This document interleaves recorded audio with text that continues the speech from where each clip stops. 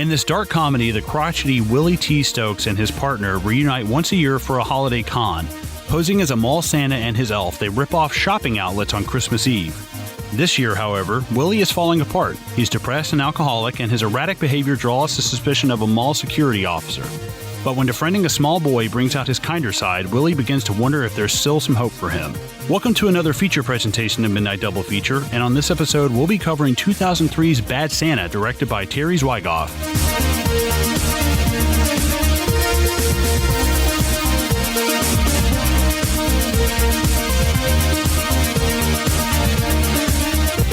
What's going on, boys and girls? Merry Christmas, Happy Kwanzaa, fucking Happy Hanukkah, Merry whatever. Welcome back to a Midnight Double Feature. We're doing a feature presentation episode, going to be covering Bad Santa, the iconic Bad Santa. God, such a great movie, such a good pick, right up our alley for the holidays.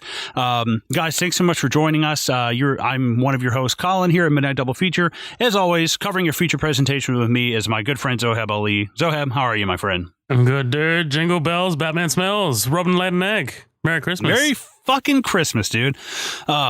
So yeah, guys, just real quick before we jump into everything, you're listening to a feature presentation episode. This is going to be a little bit longer. We are going to spoil this. There's an E on this motherfucker for a reason. Blah, blah, blah, blah, blah, blah, blah, blah, blah, blah. Same thing we say every single time. No, I'm just kidding. If it's your first time listening to this, by the way, I got to remember every time is the first time for somebody. You know what I mean?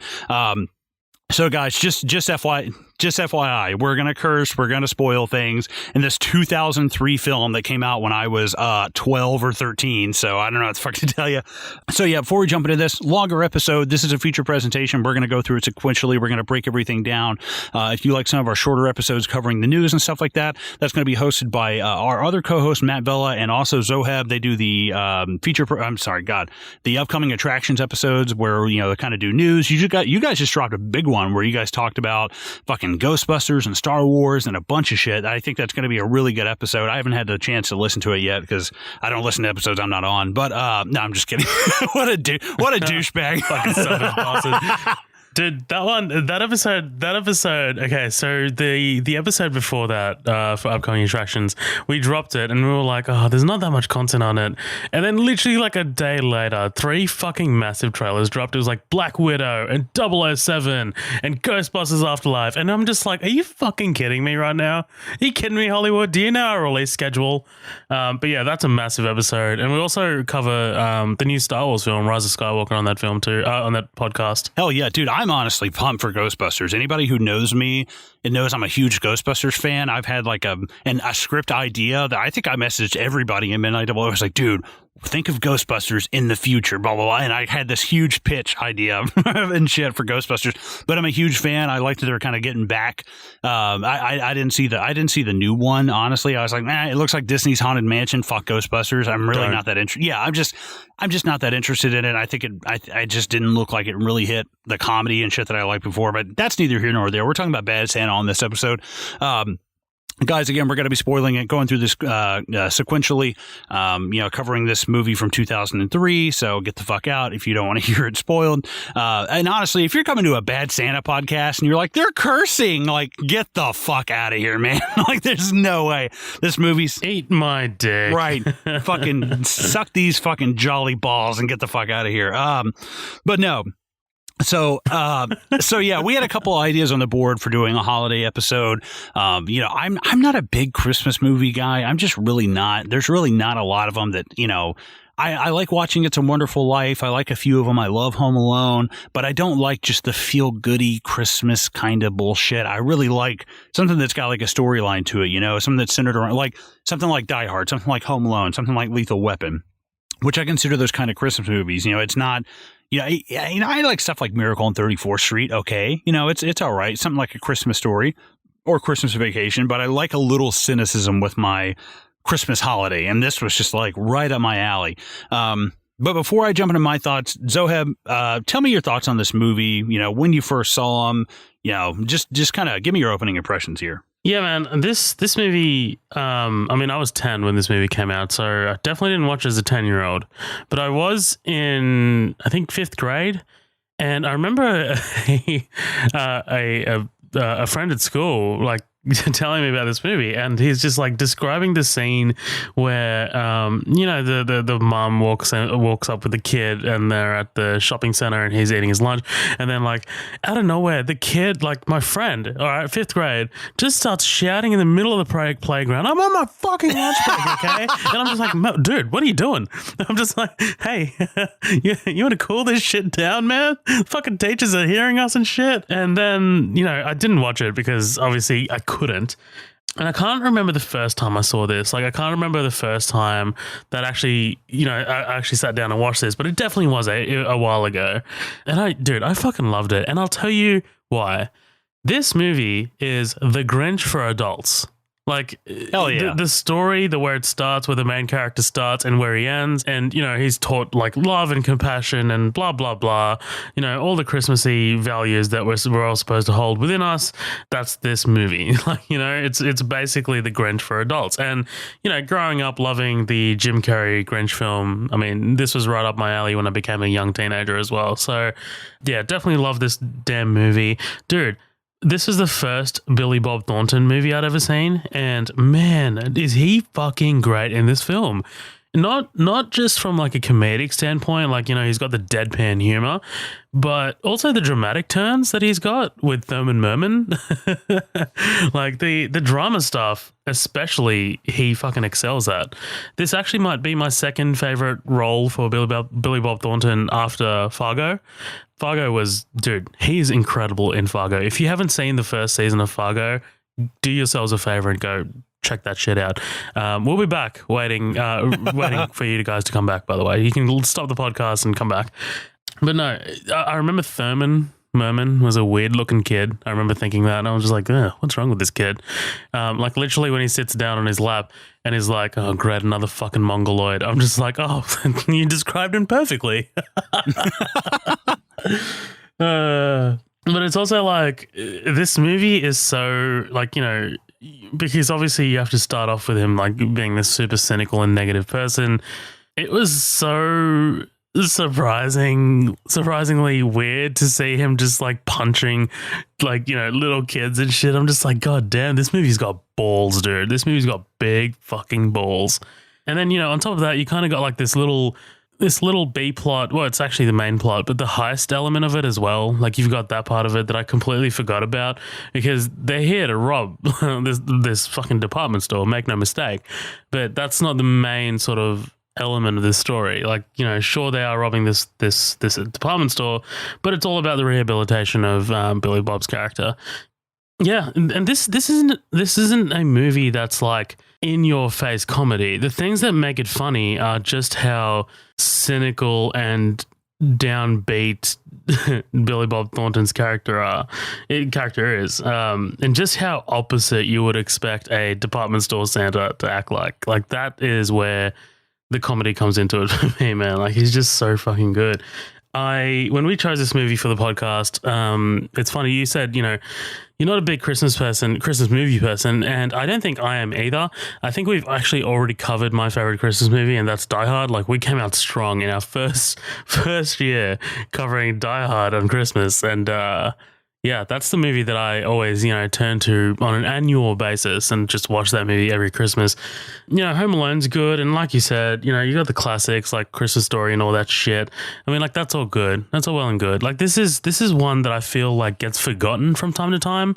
Like, I don't know why. Maybe it's because of the adult humor, or the target audience is mainly for adults.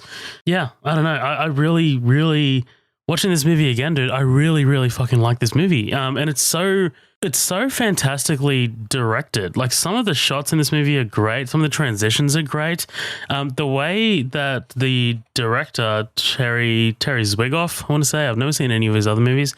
The way he like spends so much time on things and like, like giving them kind of like room to breathe, like for the humor to kind of like kick in. It's fantastic, and it's endlessly rewatchable as well. That the chick, the bartender, I remember thinking was like, I was like, God damn, this chick's fucking super hot. Hell yeah. And obviously, you know, what got stuck in my head as a young teen dude was fuck me Santa, fuck me Santa, fuck me Santa, fuck me Santa. That was like stuck in my head. I'm just like, God damn. Yeah, really glad we chose this movie. This is actually, it's funny actually, because like this is technically your pick, but my suggestion. Like I was just like throwing this out there and like, you know, kind of like seeing what you'd say, because you're the one, you know, it's your turn for the picks and, you know, you're the one who gets to sign off on it. And you were like, yep, let's do fucking Bad Santa. And I'm just like, hell yeah. Yeah. Really dig this movie, dude. All right, fuck off. No, I'm just kidding. So I threw out, I think we threw out a couple of, I was like, hey, well, how about, you know, I have really fond memories of, you know, The Grinch, the Ron Howard one with Jim Carrey. That was huge. I remember being like 4th, 5th, and 6th grade. And that was just, I mean, it was a phenomenon when it came out. And I think people really forget how popular that movie was when it came out. And it's, you know, it's a fine movie. I like it. I think Jim Carrey does a great job as Grinch, especially for Jim Carrey, because he's not really one to hide behind a lot of makeup and prosthetics and, you know, practical effects and stuff. So I always thought that one was interesting. But no, you know, and I'm not even like really a huge fan of this movie. I maybe have seen it once or twice. And I was like, you know what? I like that movie. It's short. It's sweet. Yeah, I think that there's something holiday Christmassy about it, and there's a good message, but at the same time it cuts through all the bullshit of just like, you know, I like it because it cuts through the bullshit. It's the bullshit of just like, but it's Christmas, you know. It's like, yeah, but life still fucking sucks for some people. It might be Christmas, that doesn't matter. Like some people still get, you know, fucking cigarettes put out on their necks. You know, it's just because it's Christmas, it doesn't matter. I think it's interesting seeing a Christmas movie from the perspective of a guy who's on the fringes of society, of a guy who is constantly, you know, who somebody who uses the holiday spirit to like their advantage, you know, in a very horrible way. But at the same time, like you can kind of understand how he got to this point. When you start hearing the backstory and stuff, like, you know, everybody needs to, you know, obviously you can't blame everything on your childhood and shit. But you're like, dude, when you start hearing about the shit that this guy went through, you're like, yeah, fucking of course you grew up to be this guy. Now, here's a little funny thing for you. Okay, so how often, you know, how often do you hear about me being drunk? How often do you hear about me drinking? I'm really not a big drinker at all, right? Can you attest to that? Yeah, I don't really. I pretty much agree. Shitty right now. I'm gonna be 100% honest with you. I went out and I bought some maple whiskey and a little Coca-Cola, and I was watching Bad Santa. I was like, dude, I've got to get a drink in me for this. I'm not like shithouse drunk, but I am way more drunk than I ever usually. You know, I'm not a. This episode's in good hands because you're leading this episode. So fantastic, awesome, awesome. This is gonna be great. Merry Christmas to me.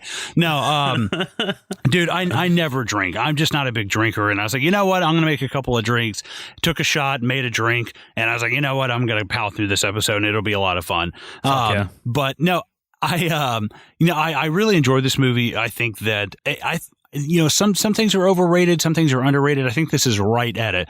I think that this is like a Christmas traditional film for people who are probably around our age, around our generation, the Gen X, millennial kind of Christmas movie. And I think that it's a more, I don't know, not a more realistic take on Christmas, but it's just got that cynical kind of vibe about Christmas that I love so much. That's just fucking hilarious. And of course, you got a guy like Billy Bob Thornton who just crushes this shit. And it's so funny because Billy Bob Thornton was like, man, he's like, I had to go all method for this. And he's like, I love kids, but I had to just get drunk all the time and fucking hate kids because I got all method for this movie. And it's so weird how this movie came about, because when you start looking at all the people that are attached to it, you've got Billy Bob Thornton, you've got Tony Cox, who plays, you know, and the crazy part is I can't even remember half the cast's name because they never actually sit there and say, hey, this is so-and-so. Hey, this is so-and-so. They really don't go by name like a lot. They really don't. Like, I had to sit there at first. I was like, who the fuck is Willie? I was like, oh, that's the main guy. So we've got Tony Cox, who plays Marcus, and Billy Bob Thornton, who plays Willie. But the interesting thing about, you know, you've got Tony Cox, you've got Lauren Tom, who plays Lois, you know, the wife. Dude, Lauren Tom, the Asian woman, she's Amy in Futurama. She's Con Jr., you know, she's Connie and King of the Hill. Like, she does so much stuff. Like, Lauren Tom is a powerhouse of an actor. It's crazy. And you've got John Ritter, Bernie Mac, the Coen brothers are producing behind this, and they were originally signed up to be the directors. But they don't really direct a lot of movies that they don't write, you know? So the original directors of this, or I'm sorry, the original writers of this, and their names, I'm probably going to butcher these. It's like Glenn Ficarra and I think John Requa, R-E-Q-U-A, Requa. Yeah, that's what I got. Right. Well, they always work together, and they did they did Crazy Stupid Love. They did a great movie called I Love You, Philip Morris, which is just fantastic with Ewan McGregor and Jim Carrey. It's a really, really good movie based on a true story. And they've done a couple things here and there, Cats and Dogs, Bad News Bears, whatever. You know, nothing really. I think this is kind of their biggest feat, if I'm being honest. It seems like the best thing that they've really kind of stuck themselves into. But the funny thing was, I read that the just original quickly, choice. While we're there, have you seen the sequel for this? Oh no, I don't know. This is just, I heard it did really bad, and I didn't need one. Who needs a sequel for this? You know? Right. Agree. I heard it, dude. I think it had a $25 million budget. It made like 24 back. It barely made its budget back. Compared to this, which had like a $25 million budget and made like $75 million at the box office, you know? But also, I mean, R.I.P. fucking John Ritter, by the way. This is his last like film appearance. He did a couple of animated things like Clifford and some shit like that. But this is John Ritter's last like film appearance. That's why it's dedicated to him at the end. He's so good in it as well. Like he's just so, it's funny to watch him like kind of like dance around how cross Billy Bob Thornton's character is. Oh, dude, he's like so walking on eggshells, doesn't want to be the bad guy. It's like so PC. And I love John Ritter. To me, the first thing I ever saw John Ritter in was he was Ben Hanscom in It. He was the original like older Ben Hanscom. I knew you'd say that. Movie. I fucking knew it. Oh, dude. I was like, he's going to say It miniseries. That's all. I mean, I was like 5 when I saw that. It was like one of the first movies I vividly remember even watching. And I was like, holy shit. But no, I know a lot of people, this movie is like a Christmas tradition with them. I really enjoy it. It's, it's not really, I can take it or I can leave it. It's not my favorite thing in the world. If somebody was like, put a gun to my head and was like, you can never watch Bad Santa again, I'd be like, oh, okay, whatever. It's not a big deal. It's a fun movie. I like I said, I like a Christmas movie with some teeth. I like something that kind of cuts through all the bullshit Hallmark stuff. I hate Hallmark movies. They're disgusting. I can't stand them. There's just something I really enjoy about the cynical nature of this. One thing I really, really love is, have you ever listened to a comedian called Doug Stanhope? No. Okay, so there's this comedian, Doug Stanhope, and he tells this great joke about his mom, and she's dying, which is hilarious. No, I'm just kidding. She's got some kind of like cancer, or I can't remember what it is. She smoked a lot of cigarettes. She had cancer, and as she's dying, and I think it's around Christmas time, I can't remember, or it might just be the Bad Santa's her favorite movie, but they decide to give her like 90 Vicodin, and they're just making her White Russians the whole time and shit. And he was like, right, and it's kind of like an at-home euthanasia, and he has this like 10-minute long bit about it. I mean, quite frankly, it's hilarious. It's sad and it's beautiful and it's fucking hilarious. But he was like, yeah, we all sit down and we were making White Russians and stuff. And I didn't so much like assist the suicide as I like bar backed it. And shit. I'm like, oh my God, it's fucking. That's savage. It's dark. Right. It's savage and it's dark and it's beautiful and funny. But he said they watch Bad Santa because it's her favorite movie. And I was like, of course it is. This woman who's pounding 90 Vicodin and drinking White Russians to die. Of course, Bad Santa's her favorite movie. Yeah. I mean, she can relate. Right. Yeah, exactly. But no, I like this movie. I think it's a good pick to watch for a holiday film. I think it's something that's right up our alley. It would be really weird if we did something like Miracle on 34th Street or It's a Wonderful Life. At some point we can probably do something like that that's a little bit more clean and wholesome. But I really just wanted to after fucking, dealing with the public all day today and going Christmas shopping and shit. And I was like, you know what? I just want to come home and watch Bad Santa and have a fucking drink. Oh, dude. Of course. And I mean, like this is us, right? Like, this is us as a podcast. Like, this maybe fits us more than Miracle on 34th Street, right? Right. Exactly. But that being said, I really enjoy the movie. I think it's got a lot of talented people behind it. I think Bill Murray was the original choice for Willie. Ooh. And they said that Murray left to go do Lost in Translation, which is still Both of these are fucking amazing movies. Lost in Translation is great if you've never seen it. It's fantastic. It's always on the tip of my tongue for a pick for this podcast. I really, really liked Lost in Translation. It's a fantastic movie. I sound like Donald Trump. Yeah, it's a fantastic movie. It's absolutely great. Directed by Sofia Coppola. Right, yeah, and totally filmed, I think, in Japan. Nice. 100% filmed in Japan. There is not a movie that will make you want to go to Japan more than Lost in Translation. It was like, dude, I've got to go. But no, I absolutely, and I think it was a great move on Bill Murray's part. You got two fantastic movies out of people, deciding what was right for them, the right projects at the right time. I read that there was something I read that kind of pissed me off. The Coen brothers declined to direct this movie because they didn't write it. But the original screenwriters were like, hey, we wrote this with you guys kind of in mind. Do you want to direct it? They said, no, we don't really direct stuff that we don't write. We will take a pass at the script, though. So they took a pass at the script. They punch it up. They do whatever they need to do. They send it back. And then, production starts. And they get this guy, the Wigoff, Zwigoff, whoever the fuck their director is. No, I'm just kidding. I don't think it's Wigoff. Right, yeah. They get him to direct this. And then they start casting people. And the Coen brothers start bitching about it. They're like, oh, we didn't expect, Tony Cox, and we didn't expect Billy Bob Thornton and blah, blah, blah. I'm like, dude, fuck. Like, they were like, we wrote this movie with certain people in mind. They're like, dude, who gives a fuck? You're not the one making it. You understand that? Like, you're not directing it. You don't get to make those, like, you had the opportunity, you declined. You don't get to bitch about the people who are making the movie now. And I was like, dude, I love you, man. Big Lebowski, No Country, fucking great. But, like, don't start bitching about shit. Like, how many people wrote a movie and the people they had in mind didn't get cast? That doesn't mean just because you're the Coen brothers, you get that kind of clout. Right. It's like, back the fuck up. No, I but that was the only kind of thing. That was the only kind of thing negative that I took away from it. I was like, God, what a bunch of fucking whining assholes. But what a bunch of beautifully talented, gifted, whiny assholes. Their Oscars are going to say otherwise. Right, yeah, exactly. But, I enjoy the fuck out of this movie. It's fun to watch. Let's jump into the shit. How does that sound? It does sound good. Before we do start, I have a question for you, right? So, in Tennessee, this is going to be like one of those fucking stupidest questions if I am so off the mark. Does it snow in Tennessee for Christmas time? 50-50 this year. It doesn't really snow a lot. It usually hits more around January. It'll be like 50 to 60 degrees this year for Christmas. Right. Okay. Fair enough. Well, this is a weird segue because it doesn't snow here in Sydney. Currently, it is in the 40s. We are experiencing one of the hottest summers of all time, and summer has only just started. Actually, in fact, half of the state of New South Wales is currently on fire. So, Colin, this was actually your idea. I want to give you credit for this, but you suggested possibly starting like a little bit of a midnight double feature initiative in terms of like supporting those who have been affected by the fires.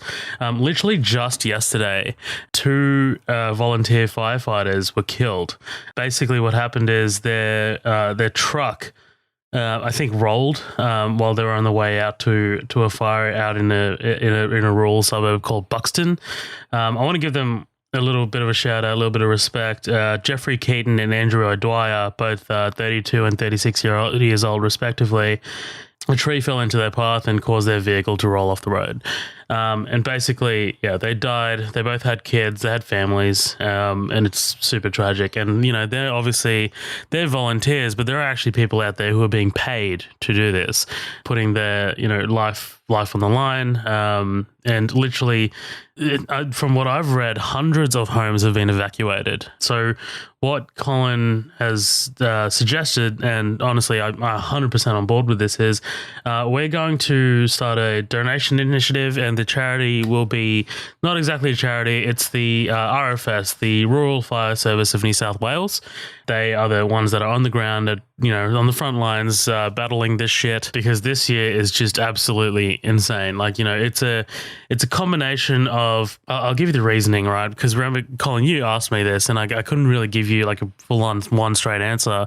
Like, what's the reason the fires are like, burning so hard this year? Well, there's a combination of things, right? So every year like I said, it's like 45 degree days. Like 45 degrees Celsius is nearly 120 degrees Fahrenheit, which is insane. Yeah, it's massive. And then, on top of that, you have another factor, which is fucking little shit kids playing around with fire. They're like basically arsonists. There have been people who have been arrested.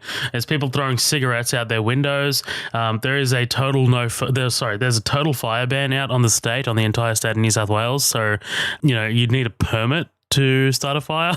Like if you want to like even like do a barbecue or some shit, like even that shit's pretty much, on lock. And there's also, for the first time ever that I'm seeing this, there's a politician. So one of the political parties spoke out against backburning. And if you're not sure what backburning is, basically, during the winter months, the fire service go out to the higher risk areas that would be in summer, and they backburn. So like they burn the grass so that it doesn't burn again during summer, if that makes sense. It's a controlled burn for all intents and purposes. This year they said, there's like political debates, and they decided that they are not going to backburn. And because we didn't do backburning, it's become more and more out of control. So yeah, we're going to put this in the after party, which is, our Facebook group. But I'll provide the link here to, if you would like to donate. Colin and I are going to donate as well. The address, our online address is www.rfs.newsouthwales. Sorry, I fucked that up. www.rfs.nsw.gov.au/volunteer/your-local-brigade. So just one more time, that's www.rfs.nsw.gov.au/volunteer/support-your-local-brigade. And, however much you want to make a donation to, we would love to get the, Midnight Double Feature Army involved and, helping those in need and helping our fireys, in these desperate times. So, yeah. Yeah, guys, obviously, if you can help out around this time, that would just be fantastic. A lot of the firefighters, firemen, firewomen, whatever you want to call them, everybody in that kind of profession has my utmost respect. Every single thing usually that they go to is a life-threatening situation. And I think that they need our utmost support, especially now. It's crazy because here we hear about like the LA fires every single day. I hadn't heard anything about this until Zohab posted something about it. And I just think it's interesting that we haven't heard anything in the news about this hardly at all. Maybe it's just because I'm not paying attention to it as much as I need to. I'm really not sure. I'm not trying to pass blame or anything like that, but I'm just saying that I'm glad we have half of 50% of our team is there to bring attention to this, and we can donate something and hopefully bring some kind of relief, however minimal it is. I know we can't be there in person putting out the fires ourselves, but at least we can help in some capacity. And we're always happy to do that here at Midnight Double Feature, especially when it means, so much to half of the people that we work with here and half of the people that support and help this podcast. It's just, it's Christmas. Even if it weren't Christmas, this is something that I think would be important. It's important to me. So it's important to Zohab, and it's important to Matt. So it's important to me. And I think we need to, if we can, if you can help out, that's awesome. There'll be some more details. I know Zohab's probably given a website that everybody can go to.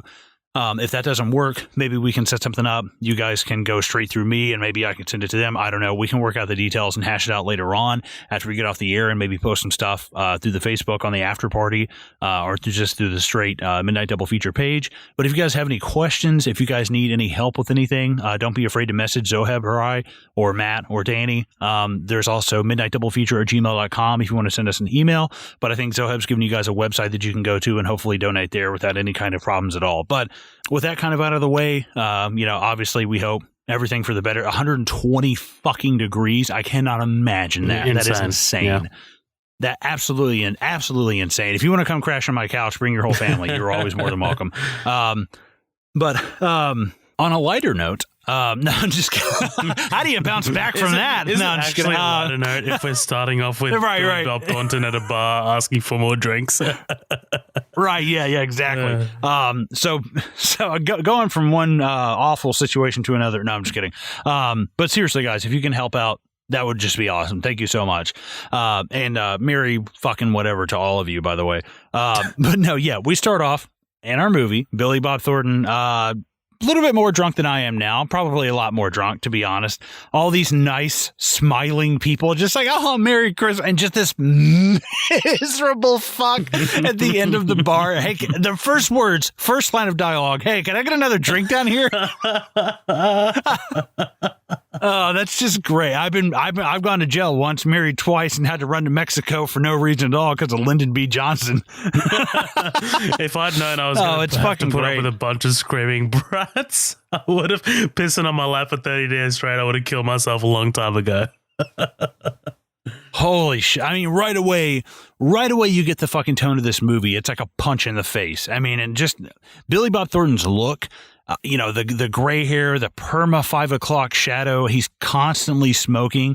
For a mall Santa, he's unbelievably thin. He looks like he's like walking cirrhosis of the liver. It's like, holy shit, this is just so bad. Where I come from, we didn't celebrate Christmas, not because we were Jewish, but because my dad was a fucking coward who thought a daily punch in the back of the head was a Christmas present. But he did teach me to crack a safe, though. You want to quickly mention that this is a Harvey Weinstein film. I saw that and I was like, God damn. I mean, I wondered in what capacity, because you see his name on so much stuff, and I knew he was a powerhouse, but I wondered, like, are there sometimes though where it's just like, hey, he greenlit this and boom, there you go, that's it. From what I read, it was Bob Weinstein that had more to do with this, but I mean, like, they both owned the Weinstein Company, which is massive. Like, they did a lot of Quentin's works and a lot of like the Coen Brothers works as well. Like they produced a lot of good shit. They own Miramax as well. Like that's a like that. I mean, Harvey Weinstein, when he kind of went down, they weren't exaggerating when they said that he was one of the biggest movie moguls in history.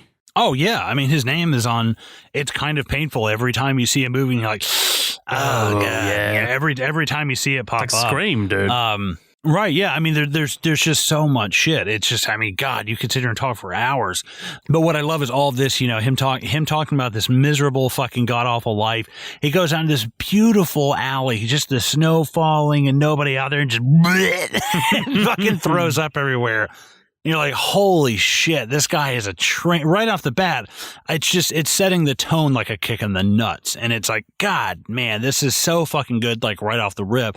And it lets you know, like, it lets you know that Christmas is not a Hallmark movie for every single person, and it's a very, as bitter and as cynical as this movie is, it's a very real side of some people's lives around Christmas. Some people are like this, and some people do have these, like, didn't grow up around Christmas time or have abusive parents or, they're low income families that can't afford this and Santa doesn't come to their houses. And it's like, holy shit. To me, it was kind of an eye opener. It was like, holy shit, there are really people out there that are like, I mean, maybe this is a fictional character of a guy who pisses his pants and fucking robs department stores and shit. But to some degree, there is shit like this out there. And it's like, holy hell, like not everything is a Target ad. Not everything is a Hallmark movie. And I do actually kind of like that statement about the movie. But even though life isn't like that all the time, it's not perfect blue-eyed, blonde-haired white people celebrating Christmas in a Hallmark film. There is a way, even with that cynicism and all the shit that he goes through, he has a character arc. He redeems himself. He does become a fully fledged three-dimensional character by the end of this who has a heart. And I think that's just great. I think that's his arc in this is one of my favorite parts of this movie, except for really Herman Merman. That kid's my fucking MVP of this goddamn movie. Dude, I love him. Thurman Merman. God damn it. Get your shit right. Fucking drunk asshole over here. But no, hey, you guys, I totally agree. Do you guys want me to make you? Do you guys want me to make you some sandwiches? Let me make you some sandwiches. No, yeah, this kid is absolutely hilarious. But right away, we see him getting this drink, puking his guts out in the alley. We show him at the department store. These kids sitting on his lap. I love the kid. He's like, you're not the real Santa. If you were real Santa, you could do some magic. He's like, oh, you want to do some magic? Get the fuck out of here. Disappear. God damn, dude. He's so fucking brutal.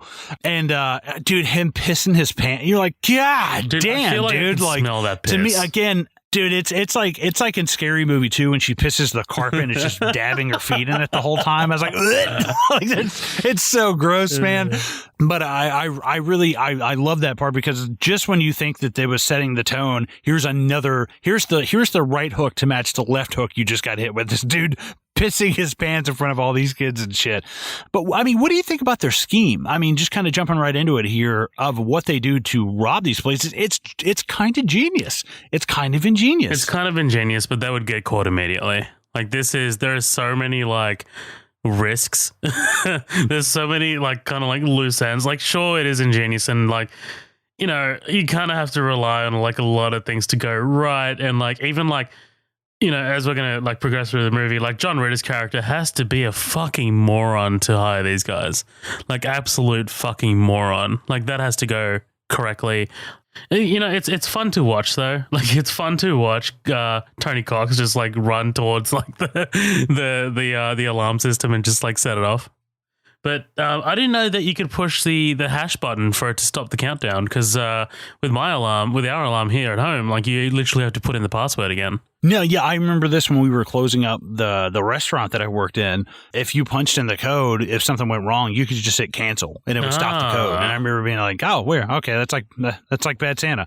But no, I think this whole thing is so fucking ingenious, and you're exactly right. They need quite frankly, a pussy-ass incompetent manager like John Ritter to help them along with this. They need somebody who's a pushover, because if John Ritter is the head of security and Bernie Mac's the head of the mall, if those roles are reversed, this movie doesn't happen. You know, I think that, you know, and it's great having that yin and yang of Bernie Mac and John Ritter, two guys who comedically are just on totally different ends of the spectrum. It's such a great casting all around in this movie. I think they do such a great job. But yeah, so I mean, they end up. My whole question was like, why does he not take the snowman head off when he goes to disarm the alarm? Like, why don't you take that thing off? Like, you're fucking hot. You can't see shit. God, and Tony Cox, I mean, he's been in so much shit. Well, fuck, never mind. There's a bit of Beetlejuice trivia, but I forgot you've never seen Beetlejuice before, have you? Haven't seen it. God damn it. You heard it first here, kiddos. I don't think that's the first, really. I think I've said that a couple of times on the podcast. I've never seen Beetlejuice. That's all right. You guys heard it here. Zoheb hates America. No, I'm just fine. I'm just kidding. No, but Tony Cox is actually in Beetlejuice. He makes a small cameo at the end who goes to marry Beetlejuice and Winona Ryder. Oh, cool. A lot of people wasn't planning on watching it anyway. Thanks for the spoilers, dick. Oh, fuck you, dude. Oh, God, I love that movie. So, yeah, they successfully robbed this bank, $111,000. God damn, 50 grand in one grab. That's fucking fantastic. And, of course, what do? They go out celebrating. They're getting fucking hammered. But I love, you know, as he's going to crack the safe, he's like, all right, I got to get something and a loofah. And he cracks the safe. He's like, fuck the loofah. And we see Lauren Tom, who's married to Tony Cox. She's their getaway driver.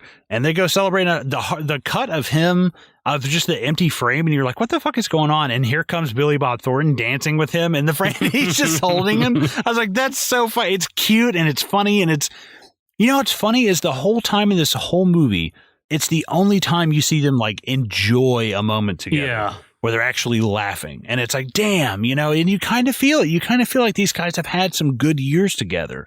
And, you know, but as soon as they sit down, he's like, man, you're getting worse and worse. You're drinking yourself to death. He's like, every year you're just getting sloppier and sloppier. And, you know, you can definitely tell that Billy Bob Thornton is maybe trying to clean his act up, but it's very half-hearted. You know, you can tell that this is not the last time he's going to be fucking getting hammered drunk.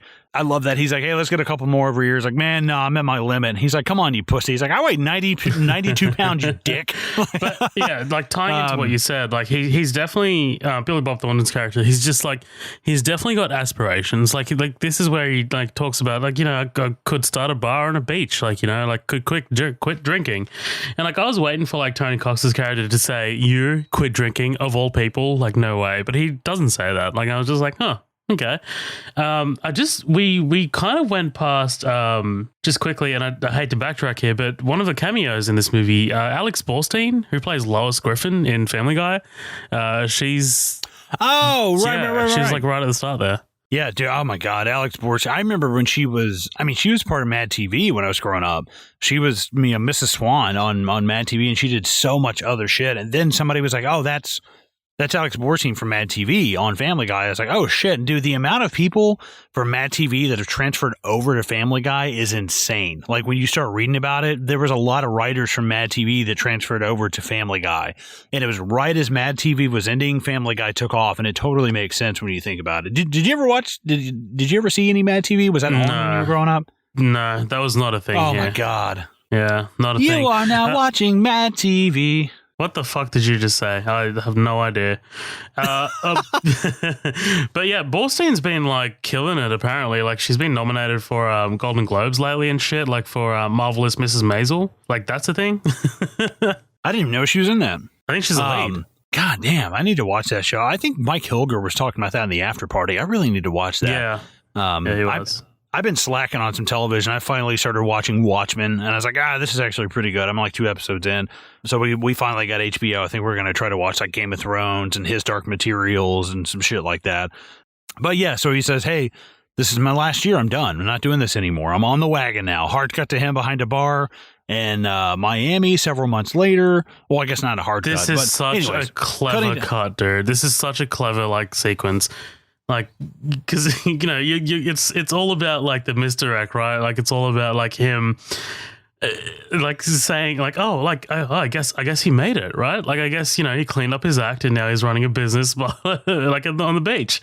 And then like you've got fucking Brian Callen of all people walking in. You know, Brian Callen, he's a pretty famous comedian. He's actually a big like Joe Rogan regular. Like I'm pretty sure he was on Joe Rogan's podcast literally yesterday, like one of the latest episodes. But you know, if you don't know him, he's from The Hangover. He's the guy that he's in the chapel, and he's the guy that marries him to the stripper. And he's like, you want the hard luck package? Yes, yes, I can do it for you. Get the baklava, please. That guy. That's him. Brian Callen was one of the original cast members of Mad TV.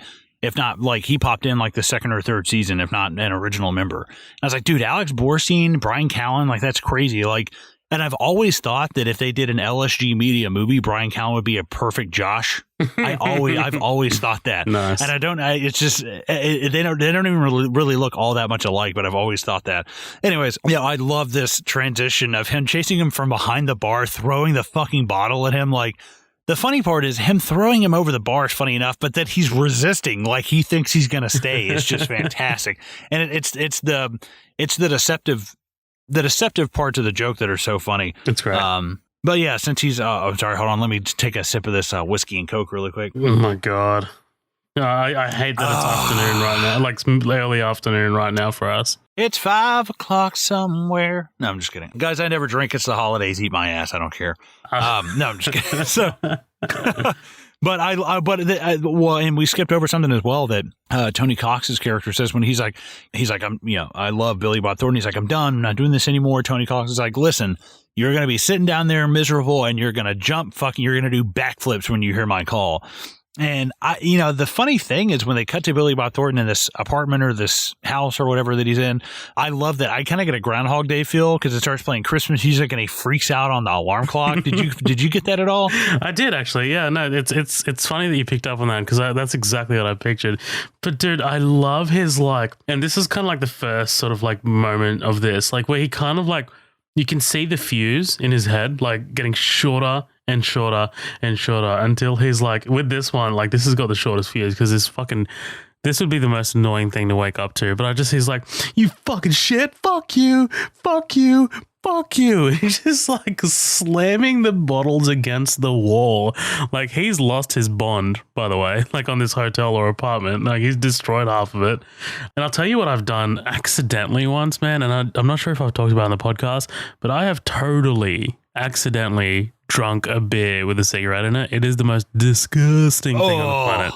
The most disgusting thing on the planet. And I remember going to work the next day because this is back when I was working at Hoyt's. And like, I remember, mid-sentence speaking to a customer and then just getting like a taste of cigarette. And I don't smoke like at all. So to me, it was just like, I gotta go home now. I gotta go home now. I'm sorry, customer. Let someone else deal with you right now. Dude, literally mid-sentence, I just left and I was like, I gotta go because I'm gonna throw up. Dude, I've definitely, let me top this for you really quick.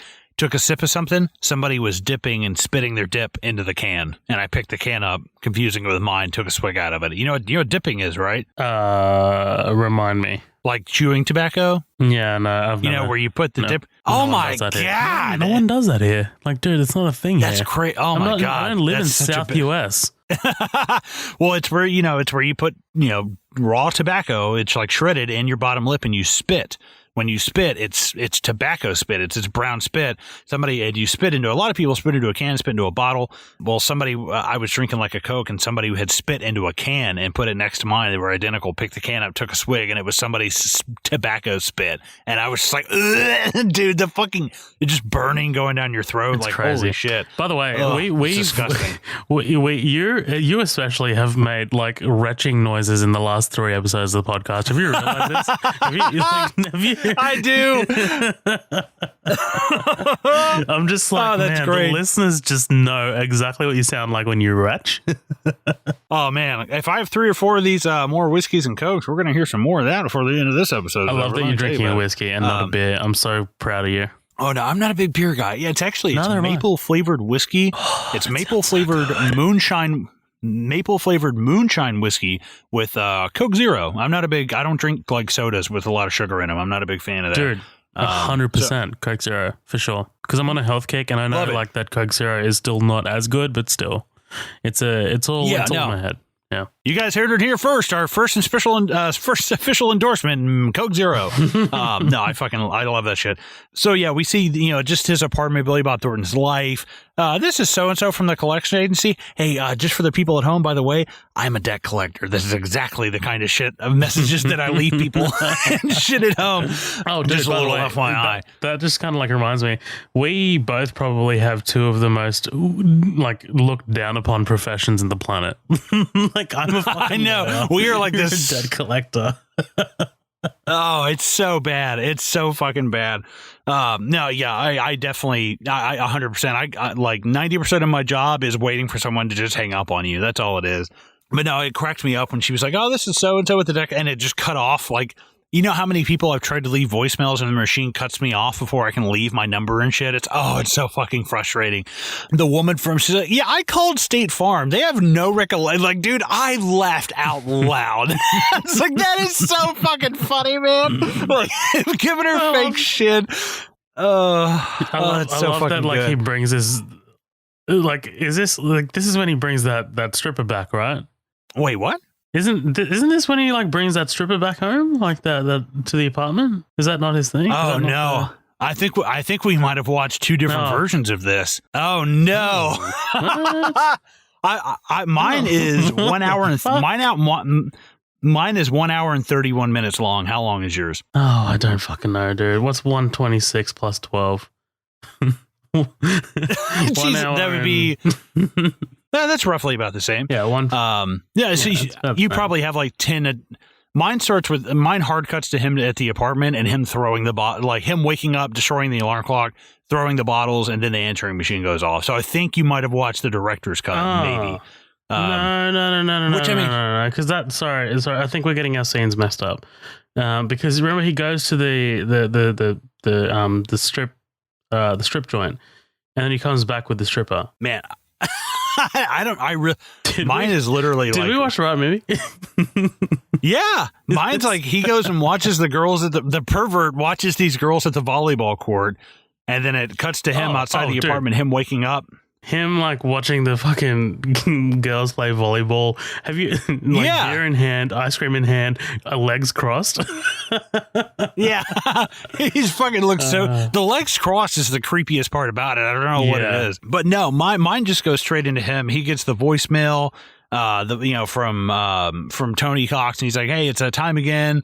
Get ready, blah, blah, blah. And it just hard cuts to them several days later. They do that kind of circle wipeout, where it's like starts in the middle and wipes towards the corners, and it's like several days later. Wait, but so no, I don't know what fucking version you watched. Hold on. You didn't watch a version where he breaks into, like, he takes someone's car and, like, walks into someone's house, takes a shit in someone's house, breaks into the safe? Like before, like Tony Cox's phone call? No, mine doesn't have that at all. Whoa. That's so fucking funny, dude. Listeners, this is what happens when you have somebody who lives 15 hours ahead of you and they can abide by different laws. I'm watching the ethical, nice, warm-hearted family version of this, and in Australia, they just fucking let it go. Whatever they want to watch, they just taking shits in people's houses and stealing their cars. Dude. Fucking just whatever, man. It's Mad Max over there. Let them have it. Dude, that's fucking funny. Literally, let me tell you what happens, right? Because he goes to a strip joint, right? And he's like, he talks to one of the strippers, and he's like, hey, you want to play hide the Nazi one day? Like, what the fuck? Holy shit! And then he turns around to he turns around to one other one, and then he puts one of those scratchy lotto cards, and he's like, "Oh, I got something for your ass," and he pulls out her underwear and puts in the scratchy, and she's like, "Wow, $5. Thanks." And then he goes home with her, and then that's when the answering machine goes off, and that's when we get Tony Cox's phone call. Holy shit, that's crazy. No, mine doesn't have that. The only deleted scene I really saw was him. It's Sarah Silverman, and Sarah Silverman does a Santa training video, and that's the only. That's so crazy, man. This is just. Guys at home, this is what happens. Sarah Silverman's not in this movie. The version that I saw, it's a deleted Sarah scene. Silverman is not in this movie. What? Are you fucking kidding me? Right. What is happening right now? No. Because I know. He comes back with the stripper, and the stripper's like, he's like to the stripper, make sure you wash up. And he's like, I'm a stripper, I sweat. And he's like, well, you smell like a bum's nutsack. Oh my God. That's got it. Cause I read something where the director of this is he prefers the director's cut. There's 10 more minutes of footage and he hates the theatrical cut. More than likely you've got the director's cut and I've got the theatrical cut. And it's probably just a regional thing. I went to YouTube and rented it. Only one on there. And I was like, cool, whatever. I'm just going to rent this. This is the theatrical cut. Yeah, this is the only one I'm used to. Man, that's fucking crazy. This is what I want to know what you're I want to look at your U.S. history books and then to be the war in Vietnam happened in 1987. Just some crazy shit, some off the wall shit. But let's get back on track here. So, despite the fact that we live in alternate realities, apparently, no, this whole thing of, basically Willie gets the call. Hey, let's lock and load. It's the call you've been waiting for all year. Let's do this shit. Dude, him throwing the bottle and fucking up that windshield. He's like, God damn it. Can you hold it together for 10 fucking minutes? Dude, and that is so fucking funny, man. Let's think about the fact that as well, just in broad daylight, he's just drinking. He just polished off a bottle of what looks like tequila. It's hard liquor. It's not even a beer.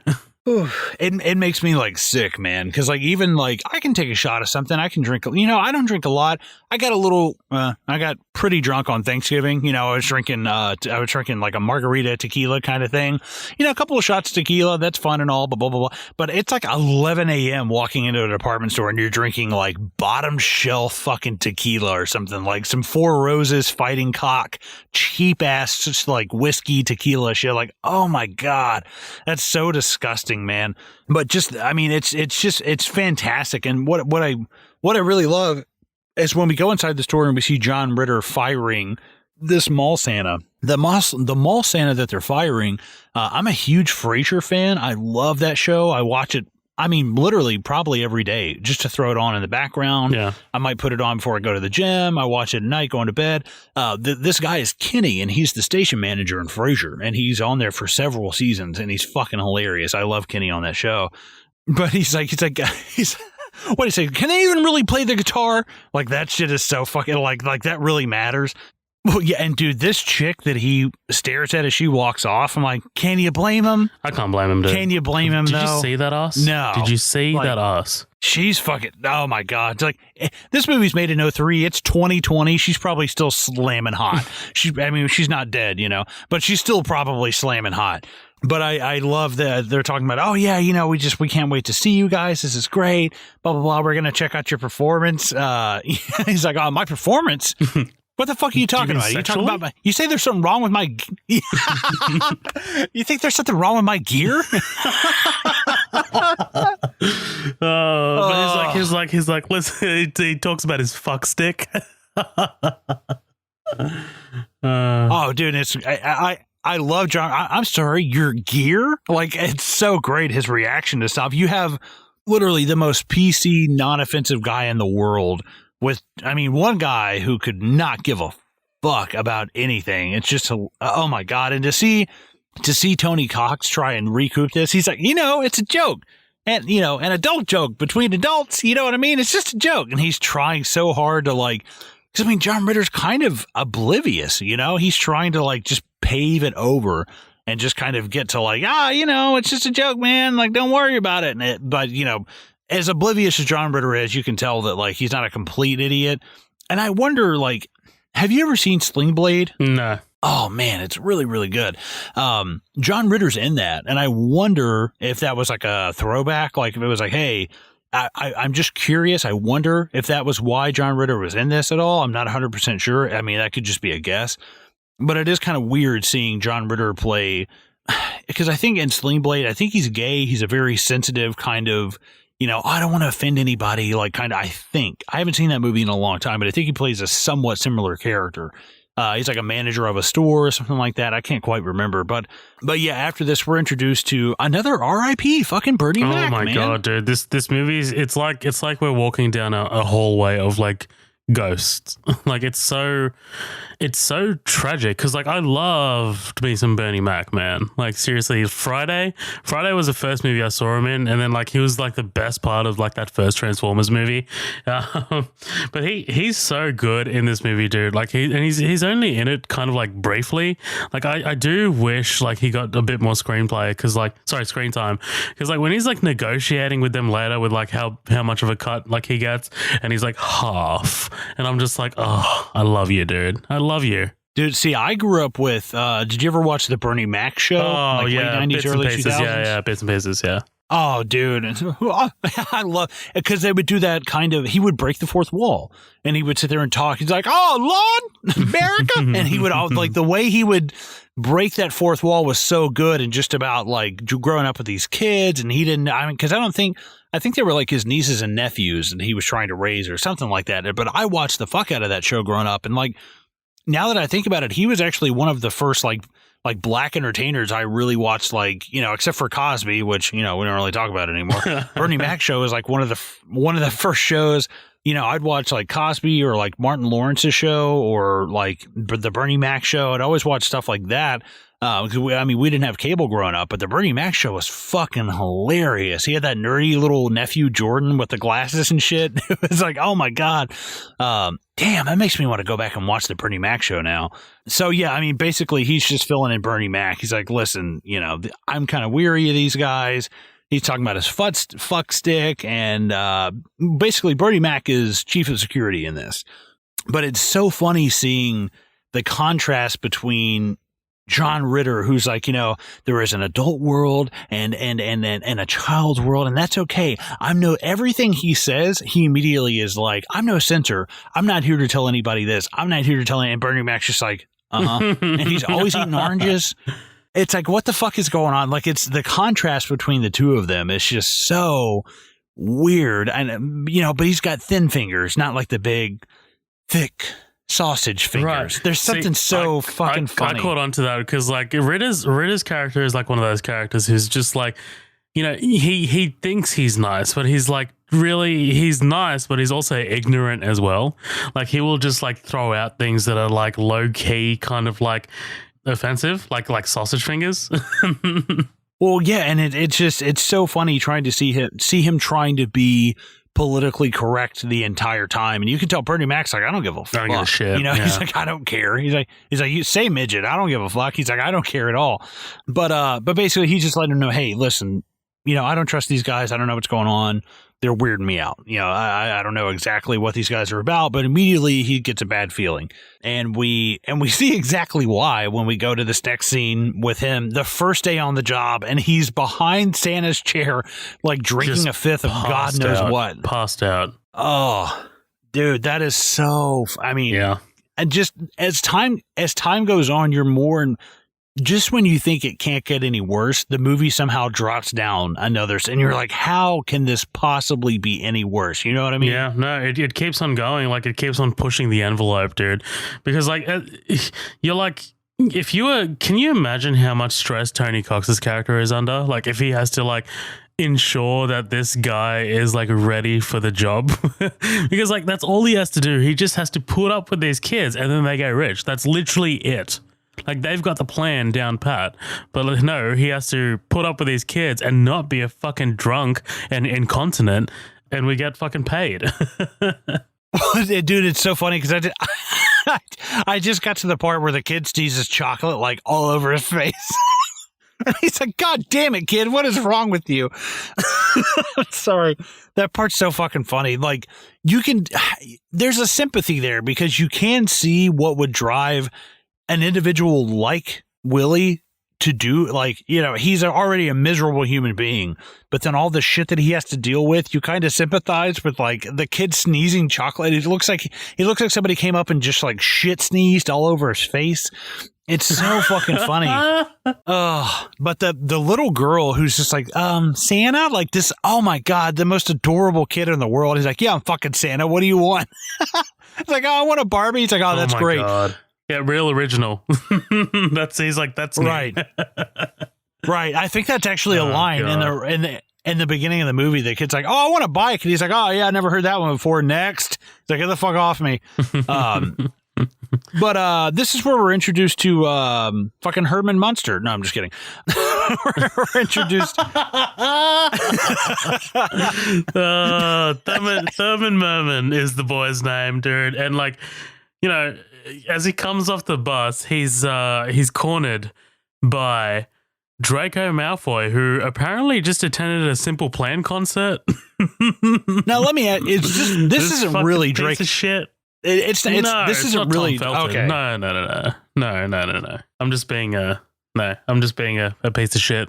No, the only reason I ask you this is because as I'm watching this with Lindsay goes, okay, Draco Malfoy, like literally like the same joke. And I was like, is that the same actor? And I kind of took me a second, but no, yeah, this kid is like, dude, this kid is an anomaly. Like, what do you do with somebody like this? Like there's just no way. He's so resilient.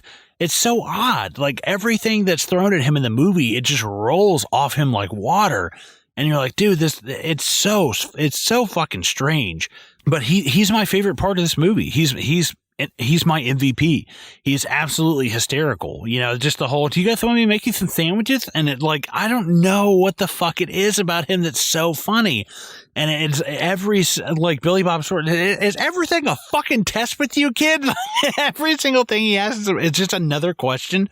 But he asks him, I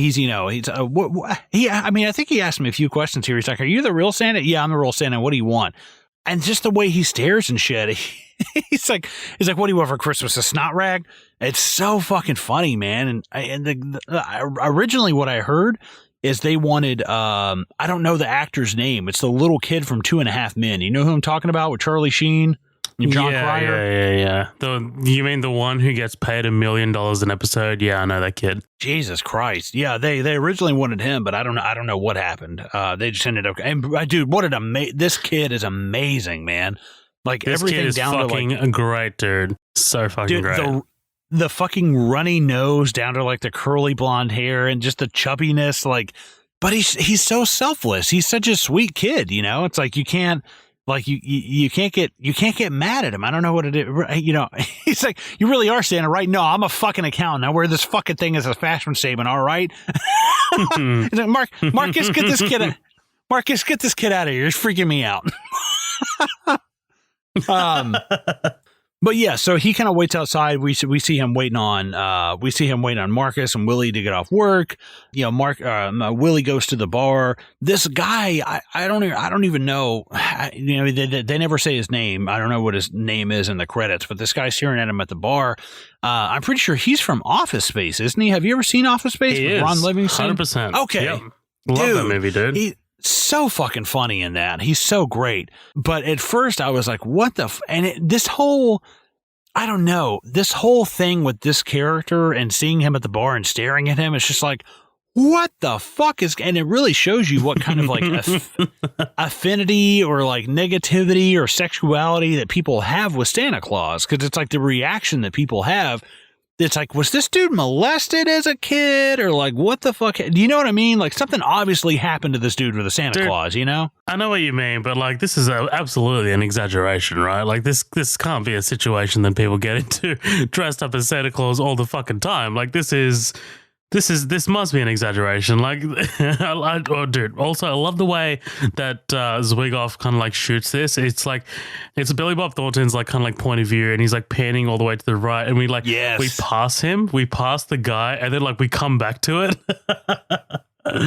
Oh, it's great. And then, and then you know he strikes up the conversation with the bartender, who is smoking hot. Oh yeah, Lauren Graham she's Lorelai Gilmore. She's Gilmore Girls. I mean, that's all I remember her from growing up. But she's so bubbly and she's so funny and cute. Like she's great. I love her, you know. And there's something so interesting about all the people in this that, like, think about Willie and how ass backwards he falls into everything. $100,000 a year job. He lives with this kid in a house with his crazy like dementia grandmother. He meets this smoking hot bartender that has a thing for fucking Santa Clauses. Like, dude, the only way this guy could get it any better is if he shit gold bricks. That's the only fucking way. And like, what is going on in this guy's life that like he ends up striking out gold like this many times? It's kind of mind blowing when you think about it. It's like, this is like the most unrealistic, like craziest thing in the world. But exactly what you said. She pops up. Is it Lauren Thomas? Is that her name? I just want to make sure I'm saying her name right. Cause she's one of the few people in this movie. I'm like, wait, what the fuck is her name? I cannot, I think it's Lauren Thomas. Lauren Graham. Thank you. But yeah, so they strike up, you know, they're having a couple of drinks together. She has sex with him in the parking lot. Fuck me, Santa. Fuck me, Santa. Fuck me, Santa. And, well, yeah. But still, she explains this, you know, we grew up Jewish. We didn't celebrate Christmas. So Santa was kind of this forbidden thing. So, I mean, as crazy as it sounds, I kind of get it, you know, like you understand why she probably has a thing. It's as weird as it is. And, you know, there is something like, as awful as Billy Bob Thornton looks and as gross as he is, I mean, he was fucking Angelina Jolie at this time, wasn't he? I mean, you got to give the guy props. You know, he's not ugly. He's not a disgusting.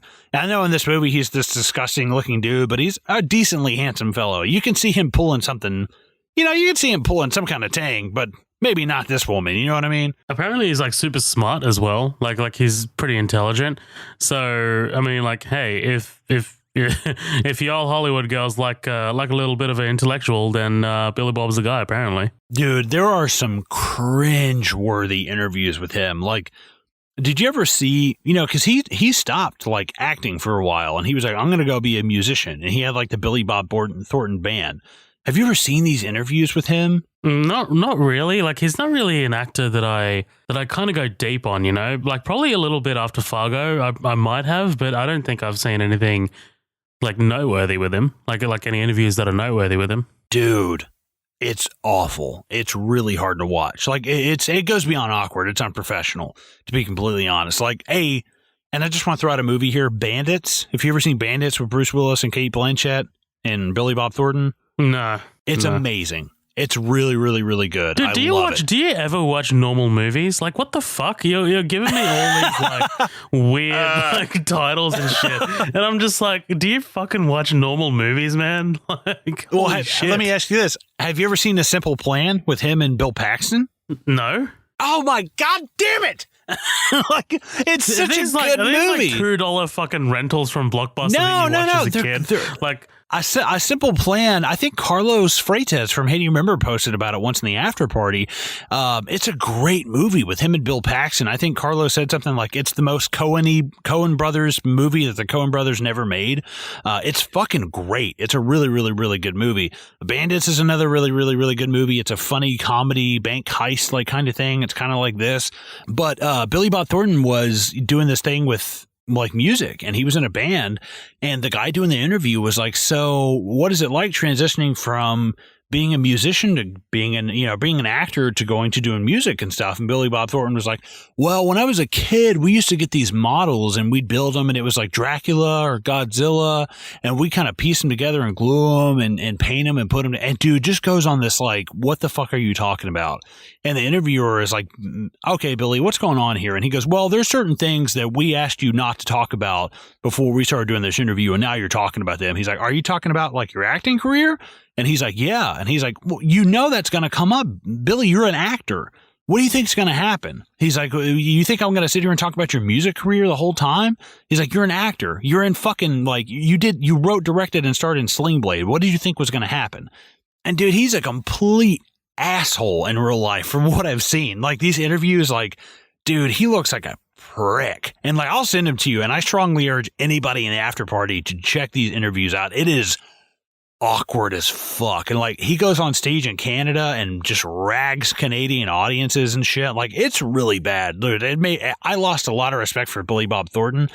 I think he's a great actor, but like as a person, he's probably a fucking asshole, dude. Like, it is so funny to watch him. I highly suggest anybody watch these interviews because they're so cringeworthy, dude. They're so bad to watch. Well, like, did you know he? No, sorry, go ahead. I kind of got the vibe that Billy Bob was like playing himself in this movie. Right, yeah, like an extreme version of himself. But no, he's kind of, I don't know, he's kind of a dick. He seems like an intense guy. But no, let me get back to this movie. Sorry, that tangent, because my friend Matt and I, we would watch that interview all the time and be like, this is so awkward, man. This is so bad. So, he has a couple of drinks. He fucks the Gilmore Girls' brains out. And right as he's leaving, this dude, I mean, what the fuck is happening here? Like, does he try to rape him? No, like, what the fuck happens? I have no idea. I think he's kind of like living out his like, or like something that happened to him. I don't know. I'm not even going to go into explain it. Basically, it's only here so Thurman Merman and Billy Bob's character can get together. That's pretty much the only reason it's here. But I love, like, as the guy's walking away, he's like, ass clown. Like, what? Yeah. Ass clown? I love that. The first thing out of his mouth is, I am not gay. And it's like, dude, just as you see the bartender living out some kind of fantasy with Santa Claus, like, you can tell that this guy's had some kind of like past trauma, with something like that. Like, oh my God, it's so fucking funny. But I mean, he gives the kid a ride home. This is kind of, like you said, it just kind of feels like it's supposed to be there as like our introduction to the characters. It doesn't really feel like, I don't know. It's funny, but at the same time, it just kind of, it's just what we need to glue the pieces together. That's all it feels like. But so he gives the fucking car he drives is just so funny. Such a piece of shit. But he gives the kid a ride home. Dude, the way the kid looks at him and just stares at him the whole time, and the first thing out of his mouth is, the first time I'm fucking taking you home. I'm not your fucking dad. Jesus Christ, man. I love all the questions that he keeps asking him, dude. Like, and you know what? I'm kind of like surprised with how long Billy Bob Thornton keeps answering his questions. Like, do you know what I mean? Like, I'm just like, I feel like he would have like cracked immediately, but he's just like, he keeps going with it. Like, how do the reindeer sleep? Standing up. And then like, it's just like, were you dropped on your head? And then it's just like, no, not on your head. God damn it. Are you fucking with me? Like, that's what I'm saying. Like, I feel like you can see the fears. Like, you can see the fears like start to like, get closer and closer to the dynamite. And then once it hits dynamite, it's fucking gold. Dude, that is, you just said my favorite line of the entire movie. Somebody drop you on your head? Does somebody drop me on my head? Well, yeah. What are they supposed to do? Drop you on somebody else's head? How can they drop me on my own head? Not your... God damn it. Are you fucking with me? Oh, that's amazing, no, man, dude. My favorite one's in the bath, dude, a bit later. Like when he cracks there in the bath. It's fucking great. Oh, God. This whole... Oh, Jesus. The fuck is wrong with you? That when he's like, do you guys want me to make you some sandwiches? No, what is it with you and the fucking sandwiches? He's like asleep in the bed. It's so good, man. Dude, his grandmother. Can you tell me who this woman is? 10 points if you can. Can you tell me who his grandmother is? No. Give me a hint. She's in Young Frankenstein. Oh, is this Fuck. Leachman? Cloris Leachman? Yes. It's fucking Cloris Leachman, man. Bitch. 10 points, bitch. No, yeah. Fuck she's yeah. She's Frau Blucher in Young Frankenstein. She's fucking comedy gold, dude. That's She's right. great. But She's yeah, so he asked him, dude. Oh, you're home? Let me make you some sandwiches. Dude, she's like, I mean, there's something about her that's like terrifyingly funny. It's kind of scary, just the haze that she lives in. But he tells him that the mom is dead, that the dad is backpacking in the mountains. I guess that's some excuse that the dad said. Because we find out later he's in prison for like embezzling or something, right? Yeah, some kind of like white collar financial crime. All right. Well, in a house like this, I mean, fucking, I'm shocked, of course. One of my favorite lines where he's like, so who do you live here with? I live here with my grandmother. Is your grandmother here? Yeah. Is she spry? Like, that's such a fucking good line. And I think when he walks in, he's like, Granny, are you spry? Like he fucking asked her. Yeah, of course, she's out of her fucking mind. She's got dementia. She's on pills. I don't know exactly what's going on, but I mean, Jesus Christ. He's like, does your daddy have a safe? And he gets cash. It looks like he has like bearer bonds. He takes a BMW. You're like, holy shit. Like, this kid just let him straight through. And the first time you're watching this, you kind of think this is the end of their, I mean, if things had not turned south for him at the hotel room, this would be the end of their relationship. This is it. He steals a car, he takes the cash, boom, that's it. That's all he needs. And that's kind of segueing us into. Unless, do you have anything else you want to say about them meeting Cloris Leachman for the first time? I mean, not really. I mean, like we can get into the next scene, which is basically him plowing the fat chick in the change room. Dude, the dialogue. I mean, it's so fucking funny seeing John Ritter. I mean, walk and the body language, his blinking. He's just like, oh, what the fuck is going on?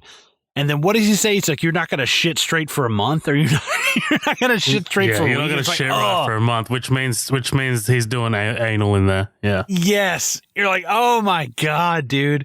So yeah, this is our first kind of confrontation with John Ritter. We're like, he's like, hey, listen, forgive me for prying, but did one of you fornicate? He's like, fornicate? Yes, with a heavy-set woman in the big and tall dressing room. Listen, I've boned a lot of fat chicks in my time, sure, but I've never, as far as I recall, I've never fornicated anybody. Oh, my God. It's so good. Oh, I mean, because it's hilarious, because this is what's funny about the duo of Willie and fuck, I can't even remember the dwarf's name. Tony Scott, whatever. Just Billy fucking Tony Scott. Who? What? Tony Scott. God damn it, not Tony Scott. Tony Cox. Tony Cox. Jesus Christ. Jesus. How many drinks have you had, Colin? Just tell me. I've had two drinks. Have you had? Well, because here's what fucks me up. Here's what fucks me up about this movie. When did they ever call him Willie? Like once, twice? When do you ever hear Tony Cox's character's name? Like, they don't even credit Marcus. him. He calls him Marcus Carter. I've heard Marcus. I mean, maybe once or twice, but even they label the kid in the credits. They don't even give him his full name. He's casted as the kid, and I'm like, oh my God. But this is where we see Marcus and Willie kind of turn the tables on fuck, I'm forgetting his name. I just did this. Holy shit. Looked up the cast. Holy I cannot fucking remember his name. Because again, because every time I look at him, it's just John Ritter, and I know he's got like some Pasalacqua or some fucking crazy name, but I cannot for the life of me think of his character's name. No, but this is where they kind of turn the tables on him, and they're like, dude, like, he's like, basically, you're going to fire me for Bob Chapiska. Jesus, what kind of fucking name is that? Bob Chapiska? How am I supposed to remember that, Zoe? How the fuck?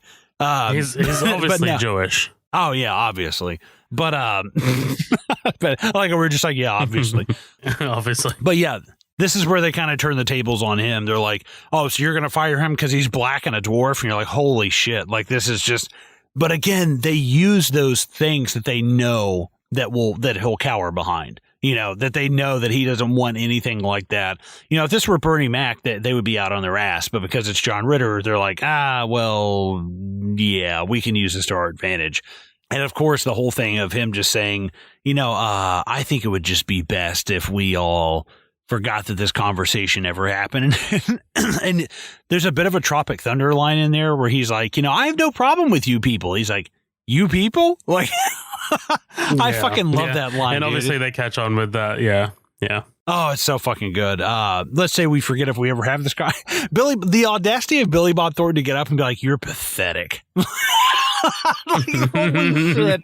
Oh, they talk about remaining inconspicuous. Billy Bob Thornton's trying to fuck this girl at the arcade. She said she was 18. It's so fucking good. Holy shit. The shot of him getting into the BMW and all of the beer cans falling out, you're like, oh my God. Like it's the imagery of a BM, somebody opening up a Beamer and all of these beer cans falling out. You're like, Jesus Christ, dude. Like that's so trashy. I'm pretty sure there's like a Family Guy joke when like basically like Peter like I can't remember, like it's Peter's car and like literally like someone like goes to sit in the back seat and all you can hear is just like the clinking of like glass bottles and like every like movement there's just like clinking. It's fucking gold. That's what that reminded me of. Oh, but dude, what about is it the next scene where we get fucking Octavia Spencer of all people? Right, yeah, I think we get the scene between John Ritter and Bernie Mac of him being like, I'm not against anybody giving anybody a blowjob. And that shit cracks me up. But Octavia Spencer. Octavia fucking Spencer. And he's like, hey, come over here real quick. She's like, nah, I didn't shit straight for a week last time. Dude, that's so fucking good, man. I just couldn't help but just absolutely burst out laughing when I first heard that because it's just like what a way to like pay off a joke. You know what I mean? It's fucking fantastic. Amazing setup, amazing payoff. Yeah, no, for sure. And it kind of, this whole scene leaves me wondering like, man, who the fuck is in his room? Like, I'm sure it's a cop. I'm sure it's not that important. The only purpose of this is to get him back with Herman or Thurman or whoever. But no, that's the only reason why this scene is there. But I'm always like, I kind of wanted to know, like, is it a private investigator? Is it really a cop? Like what the fuck is going on? Like, it's interesting to me.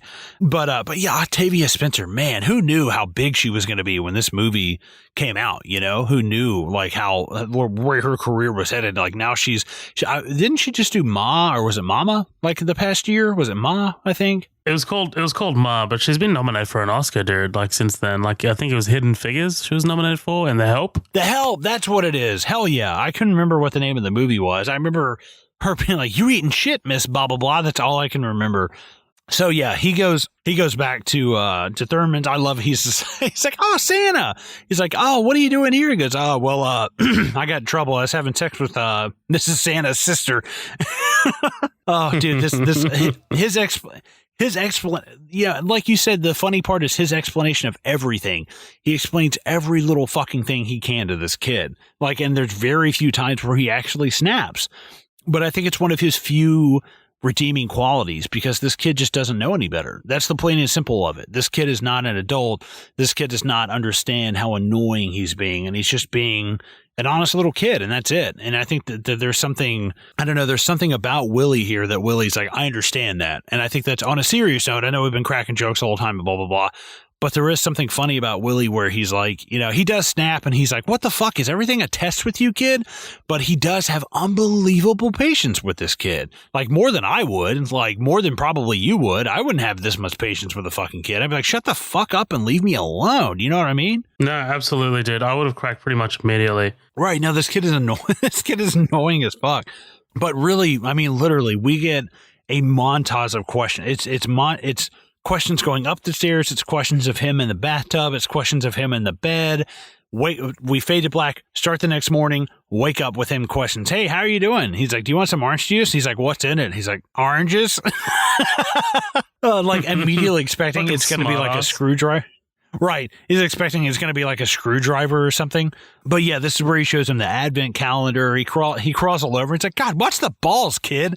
And but it's awesome because we also set up the advent calendar here. We see how important it is to Thurman, and how bad actually like Billy Bob feels later on about fucking this thing up. It's one of the few times he actually goes to like fix something that he's broken. You know what I mean? And like it means something. I actually really like this a lot. Yeah.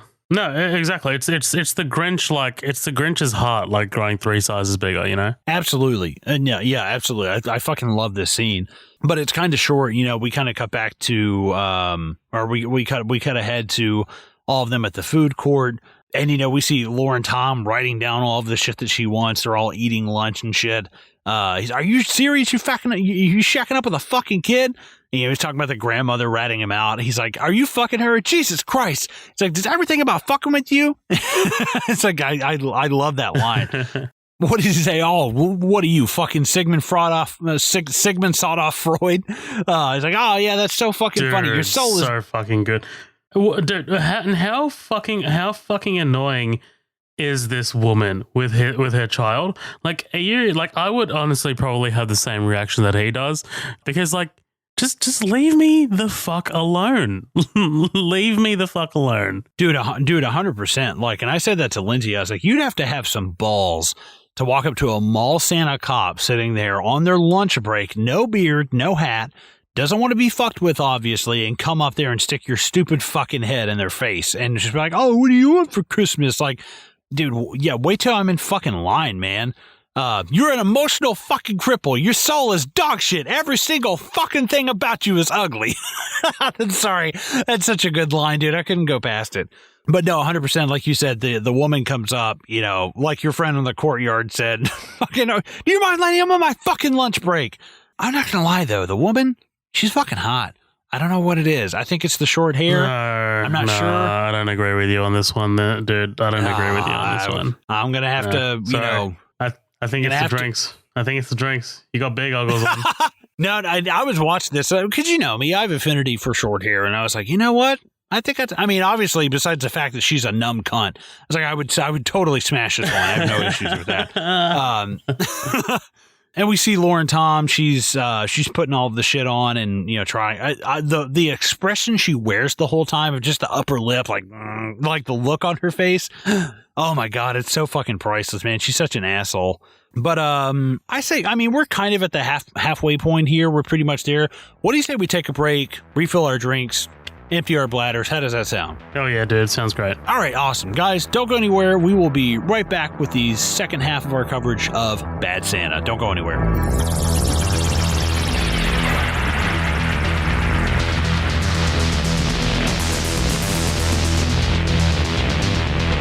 Good morning, afternoon, and evening, wherever the hell you are. Thanks so much for listening to this episode, guys. Just while we're taking a quick break here, I am going to plug some shit. No, it's not advertising. It's nothing paid. It's basically just kind of self-masturbatory stuff. Basically, follow us. Follow us on our socials. We have 2 pages on Facebook called Midnight Double Feature, obviously, and then we have our main group, which is called The After Party, which is fantastic. Our community loves to engage there, and that's our main way to communicate with our audience.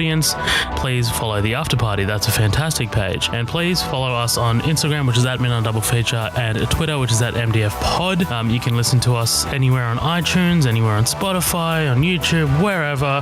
And if there's no way that you can listen to us on your device, please let us know by getting in touch with us. You can do that by sending us an email, which is midnightdoublefeature@gmail.com. Now, last but certainly not least, please remember to rate and review us on iTunes. We would love to get your guys' feedback, whether it's positive or negative. Just please remember to, put a star and let us know in your little speech bubble thingy what you think of us and where we can improve. That would be fantastic. Guys, thank you so much for listening to my little rant here, and back to the show, I guess. See you later.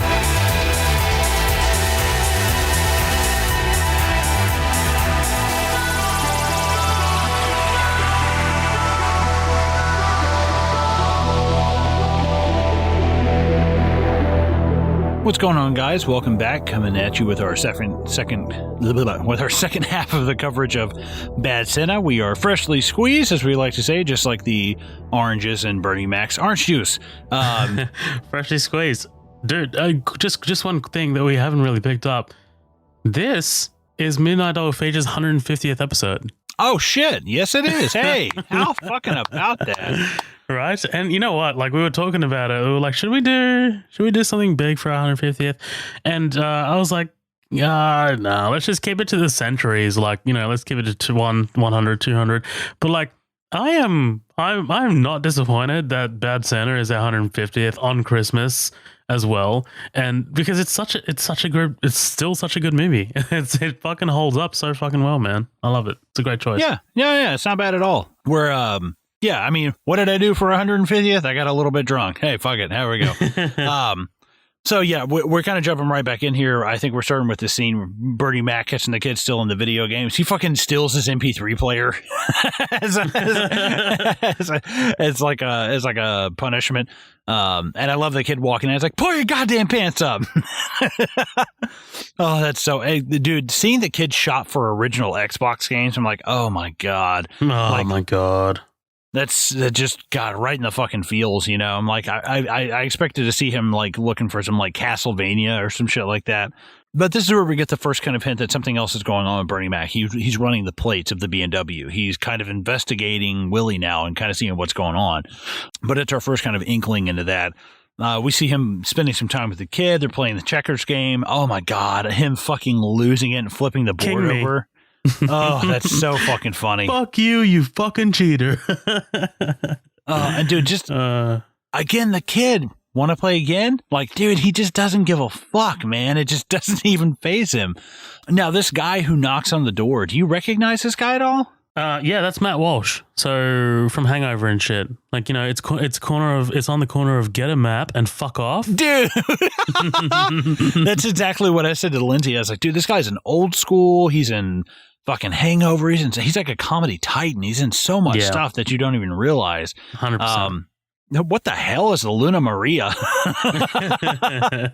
But again, we kind of see, you know, we're seeing him warm up to all of this shit, the suburban life. You know, we're lighting all the bags around the neighborhood. Yeah, God, that's just so. This whole scene is fucking great. Where he's like, yeah, we're Muslims. It's so fucking funny. Oh, excuse me. Jesus Christ! Well, dick in your mouth. I know, right?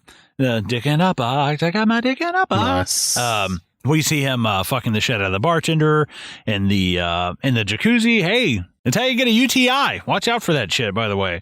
Indeed. Fuck me, Santa. Yep. I love them making drinks, and he makes her like a screwdriver, and he's just drinking straight vodka. You're like, oh God, that's so disgusting. And she asks him, she's like, hey, do you like kids? He's like, no, I'm not into that shit.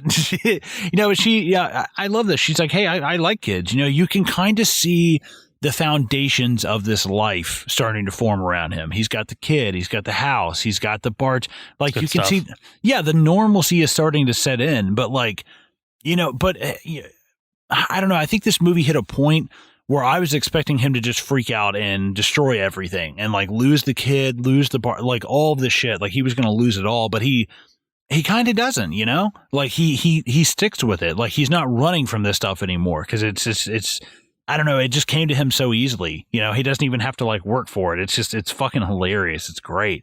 Well, that, and like, it seems like he's kind of falling for the girl, right? Like, as he, you know, says goodbye to her, he's like, yeah, I'm going to send you some flowers, some real good, expensive ones. Like, and that's like, I got some, like an air of like sincerity to that. Right. Like, even if he's kind of going through the motions, it's still like, he means it, you know, even if it's just the stuff that he knows he's supposed to do. He's doing it because he wants to, not because he has to. But and you know what? It's sad seeing him wreck the advent calendar. You're like, oh fuck, man. Like it's one of the few times you see him doomed. Out of all of the fucked up shit that he does in this movie, this is the most fucked up to me. Where it's like, God damn it, man! You had to wreck the kid's advent calendar. Like that sucks. That was a shitty move. But like, I also really like, man, like just the way this is kind of like filmed as he drinks and like blacks out here, like just the way the camera follows him down. It's fantastic. Oh, dude, yeah. And like every time he hits that carpet, I'm like, ooh, like, God, that's fucking hard to watch, dude. And the kid waking up, fucking bleeding everywhere. The screaming is what gets me, man. Well, and here, let me fix you guys some sandwiches. And just like walking through with a tray full of sandwiches. She's great. Him pouring the vodka on the kid's hand. He's like, oh, by the way, that's gonna burn a little bit. Holy shit, dude! Like what? But I love how concerned Willie is, right? Like he's like, let me look at it. What the fuck happened? What the fuck did you do? Right. Like he's not like indifferent about it, you know? Right, like he's trying. He's like, should you wrap it in a T-shirt or something? God damn it. He's actually trying. And when he sees I think this is the part where he actually sees the advent calendar that he's fucked up, right? And he's like, oh, fuck. And he kind of, he takes over. It. He puts like candy corn and Advil in it. He puts aspirin in it, dude. Like, dude, it's fucking gold. That's so fucking good. And so yeah, this is where we cut over him. We cut over to him at the mall. He's meeting with Marcus. Marcus. Thank you. I keep saying Tony Cox. He's meeting with Marcus. Tony Cox, not Cock. Whatever. That's a different porn star, bro. Yeah, right. But this is where they're kind of going over the shit. This is what they're going to do. They bring in the tools. He's going through the air vents. It's actually all, I mean, I know it's a movie, but it's all kind of ingenious, and I love the people in accounting being like, what the fuck? Whenever they hear him like busting through all the shit. Dude, one of my favorite lines is here. Like Willie, like he drops the bag and then he's like, God damn it. And then Marcus is like, you tear your ball again? It's good stuff. So yeah, we see them. They're kind of setting up all this stuff. Bernie Mac he's checking in. He's seeing, hey, what's going on? This is Mr. Merman. He's in fucking prison. Like, what the fuck? And I love. He goes in there and he just asks him. He's like, do you have any house guests? Blah blah blah, and just leaves him like, wait, what the fuck was that? Like he just leaves him on a like. Okay, he doesn't give him any other information besides because he doesn't want to, and him leaving him without any information, you're like, okay, what's going on? Like this is not like he's not doing this for the great to good. He's not doing this to be a good guy. You can tell he's just trying to get information for something. The fucking Willie. Hey, yeah, it's it's like a tostado. It's not a tostado. He fucking pours salsa all over the fried bologna sandwich. You're like, dude, that is disgusting, man. Like, there's no way I would eat that shit. Have you ever had a fried bologna sandwich? No, we don't do bologna here. I mean, I guess we do, but like, it's not like I feel like it's more American. I feel like it's more of an American staple. Yeah, I mean, I grew up eating it. Every once in a while, I'll grab it. Like, I'm so sick of eating it. Before I ate it all the time as a kid, that I get like turkey and roast beef and shit because I'm like, dude, I can't eat bologna all the time anymore. It just makes me feel gross. And I want this. The kid goes and gets the advent calendar. I think someone's been messing with my advent calendar. He's like, no, it's fine. It's totally fine. He opens it up. It's a piece of candy corn in there. Oh, that's so this fucking one has good. a candy corn in it. Well, they can't all be winners. So yeah, this is we see again the seeds of this. The editing between this scene of Bernie Mac and John Ritter is amazing. It's really well done. The editing of this, the cutting back and forth between this, where he's like, yep, clean slate, never done anything. Guy has sexual urges, can't help it. Wouldn't want to change anything. Wouldn't want to. It's so fucking good. No, of course not. I'm not advocating celibacy. Hope not. It'd be the end of the fucking human race. It's such a good line. But yeah, this is where getting down to it. This is where and we also get the kid being bullied by the other bullies. He's got the wedgie, just kind of, really just kind of cutting through all of this shit here because we're getting up to the part where this part, I like this part actually, and I dig this part because like he's like, it starts off as a joke. He's like, is that your underwear? Part of it. Where's the rest? Never mind. What do you want? And he's like, he talks to him because he wanted the purple stuffed elephant. And like he's just like, I don't want an elephant anymore. I want a gorilla named Davy for beating up the skateboard kids who could pull on my underwear. And he takes his orders, and it's just the saddest thing you've ever heard, dude. And then Willie gets into it. He's like, when I was at your age, I didn't need any gorilla. I wasn't any bigger than you. One day I came crying home to dad because 4 kids had beaten me up, and you know what he did? And the kid's like, Thurman's like, he made it all better. He's like, no, he kicked my ass. You know why? And he's like, you went bathroom on mommy's dishes? dude, Willie's like, what the fuck? No. But essentially, like, the lesson is like, Willie's like, no, it's because he was a mean drunk son of a bitch. When he wasn't busy busting my ass, he was putting out cigarettes on my neck. Like, the world's fucking unfair. Don't give you nothing. You can wish all you want, but you got to take what you need. Stand up for yourself. Stop being such a pussy and kick those kids in the balls or something. Well, don't. I don't give a shit. Just leave me the hell out of it. God, that line about going bathroom, it just makes so fucking random, dude. It makes my head hurt from laughing so fucking hard. Oh, God, that's great. But yeah, immediately after the scene, we've got, Bernie Mac and this whole, he tells him, yeah, you guys have done this, 7 times or something? He's like, this is, you guys have gotten away with it every single time, except for now. This is where it ends. I want 50%. And you can see him, he's like 35. He's like, half. That is my favorite one, dude, because like he does different variations of it. There's one where he's just like, he doesn't even say anything. He just does the mouth movement. And then he's like, half. That's my favorite fucking one, dude. I love it. Well, and the turn, I mean, not to jump too far ahead, but I did not see the turn that this was going to take with his character. I did not. I was like, holy shit. Like, such a great twist. Such a great, fantastic twist. And something that you don't really expect from this kind of movie, right? This like kind of like screwball, kind of like comedy that has a hint of like crime, like a crime element to it. You don't really expect.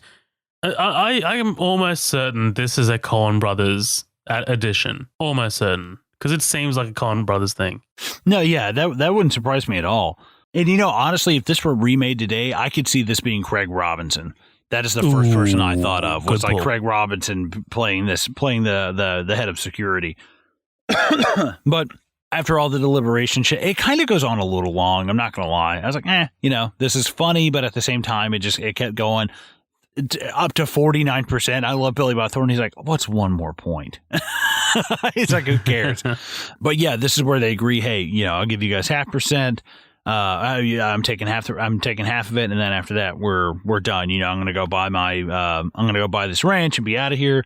And Tony, I'm sorry, fucking Marcus just lets Willie have it. You're a fucking loser, blah blah blah, and all the people around him just kind of stare and like, oh god. But this is where Willie just really loses it. He comes in and starts beating the fuck out of the donkeys and shit, punches one of its heads off, and he's just collapsing drunk and everything.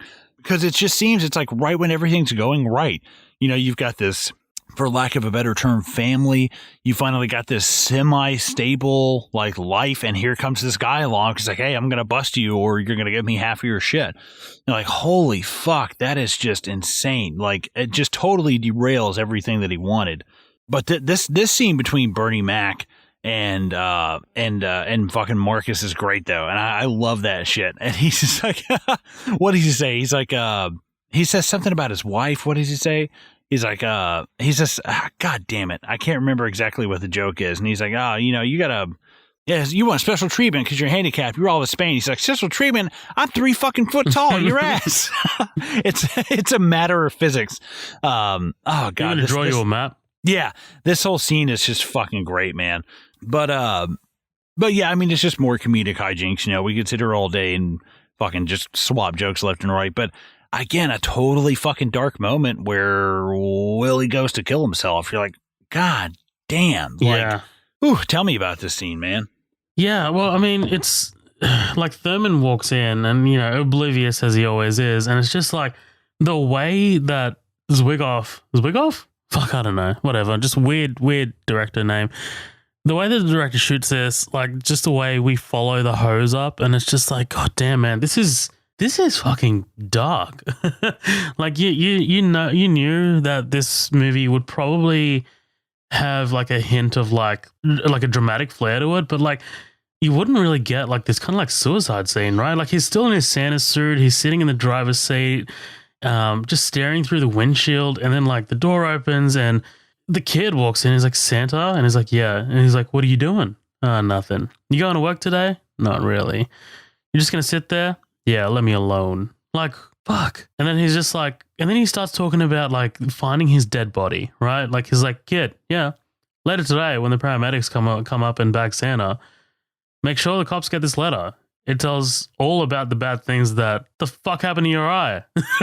Like, you know what I mean? Like it just he gets into it. He gets into the aftermath of his suicide, and it's just like, wow, I was not expecting this kind of movie to go there, and it absolutely does, and it's fantastic. And that's what I'm saying, dude. Like this is the dramatic elements that Billy Bob is fucking killing it in this movie. Right, yeah. And I mean this whole scene of, and I just want to make like, so what, he writes this letter to the cops letting him know all the shit that's been going on, the robberies and shit like that.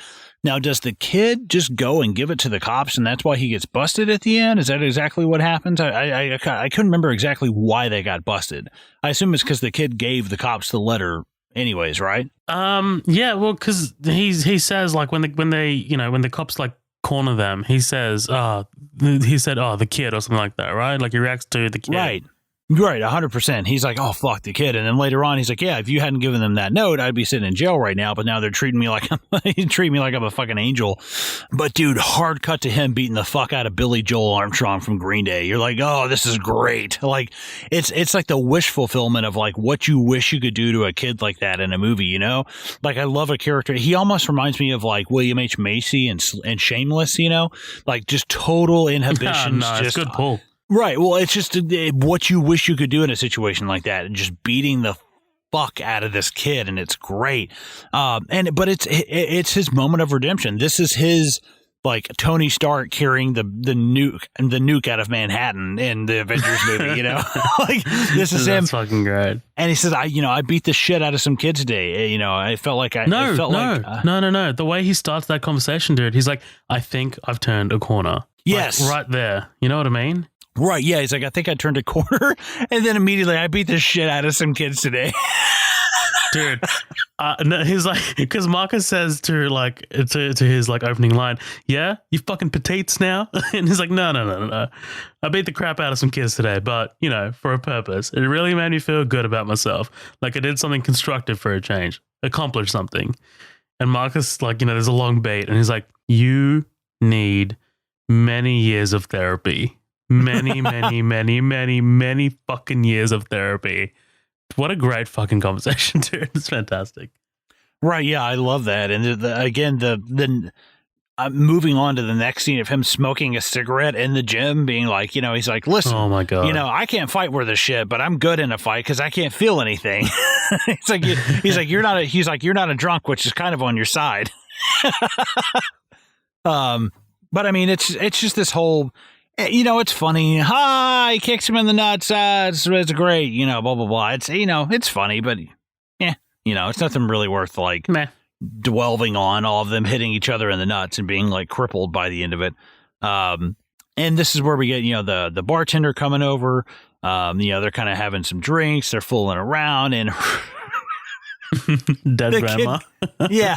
Well, the kid gives him a wooden pickle. Oh my God.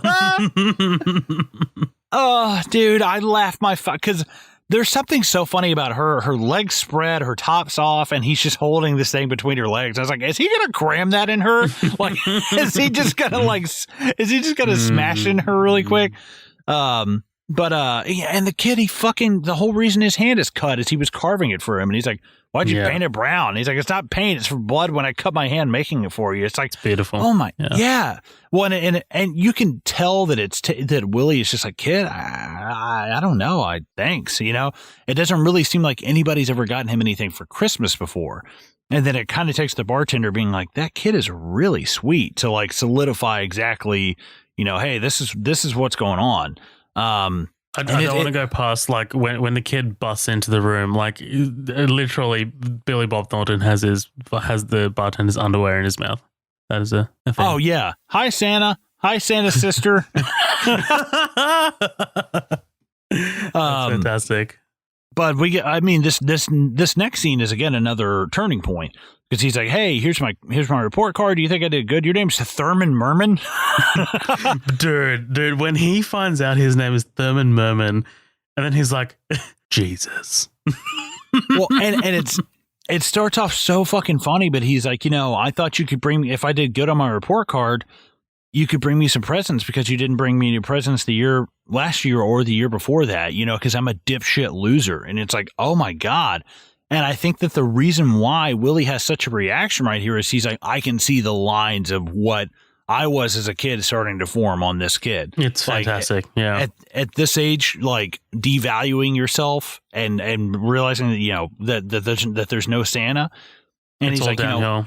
Right. Why the fuck do you talk about yourself that way? Let me give you some news. I'm not Santa. And he's like, yeah, I know you're not Santa. I just thought you'd give me a present because we were friends. And it's like, God damn, dude.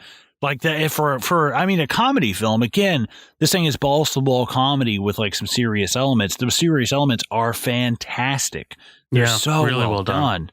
Oh man, you really, really feel for the fucking kid, man. Like you really do. But I think now, I think we're at the heist, aren't we? I think we're no. This is at the part where they kill Bernie Mac, right? This is the part I was like, dude, I did not see this coming at all.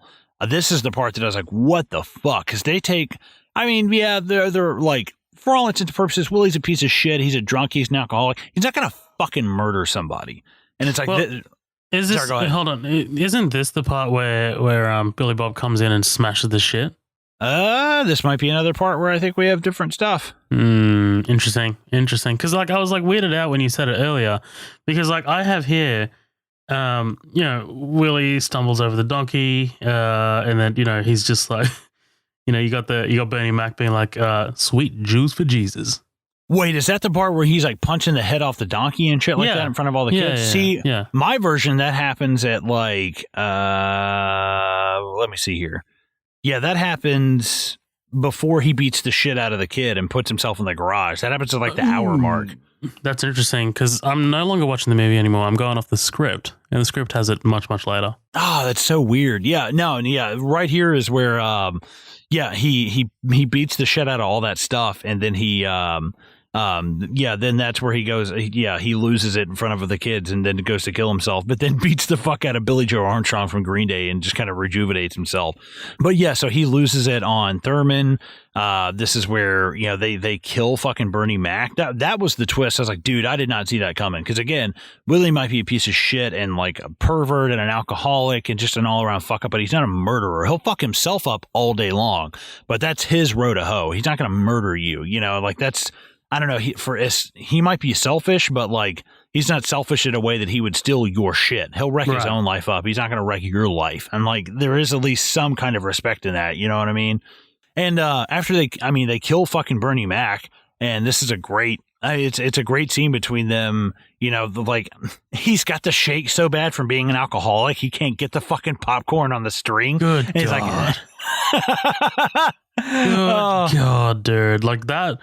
That I was like, man, what a nice, like, kind of like subtle touch. Oh, it's so fantastic. I mean, they kind of celebrate the kid gets the fucking Advil out of the Advent calendar. And he says, I got to go to the mall to talk to somebody. He's like, oh, will you be back for dinner? He's like, yeah, that's what I said. Why don't you go make me some sandwiches or something? How many sandwiches do you want? A bunch. How much lettuce do you want? He's just like, kid, I don't know. The usual amount. Whatever the hell people do, whatever you think. Oh, that's just great. And you can see the look in his eyes as that kid walks off. He's like, I love this kid. It's one of the few times you can see him being like, God damn, this fucking kid. Like, but yeah, this is kind of our break-in, right? This is where, here we go. Yeah, this is our final act right here. Again, really cool. Sorry, probably, go ahead. Probably not even like worth bringing up, but just that security guard. Merry Christmas, Willie. Up your ass. He's so good. But yeah, like you said, dude, this is the countdown's on. My fucking his wife's already moved the table with all the clothes on it, so he can land. And Marcus arrives at the event. 19, 18, 17, 16, and then he runs up and just in time manages to hit the cancel button and Yeah. And then Well, we and get the kitten and boy readout, right? Right. Yeah. And he's like, I remember Andy Pitts. Yeah. Andy Pitts around. What about him? He's like, well, when I was in the drawing with him, he told me that the Kittner readout is impossible to crack. He's like, are you fucking kidding me? I've been propping you up. Oh, God. I've been smile for all those kids and dance for all those fucking housewives in a fucking lime green fucking velvet elf costume. You cannot get in that fucking safe. Are you fucking telling me that? Oh, dude, this is great. And I love the cutbacks to the kid. The kid grabs the bottle of wine and looks at it, and he's like, he's just like, fuck it. And yeah, we see Marcus, he's racking up all the Christmas gifts. As he's cracking into the safe, he's like breaking the legs on that mannequin to get the fur. All this is just so good. And it's leading up to him getting the fucking elephant for the kid. Holy shit, this is so good, man.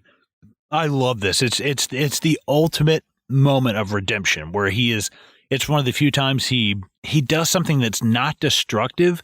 And it's totally not for himself. He's like, this kid is getting a fucking present. I don't care.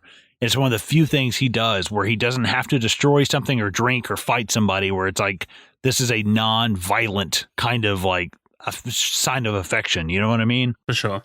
I absolutely love it. But this is where it all comes kind of tumbling down. I love that he's just like, Willie, it's been a long time. This is what it's coming to.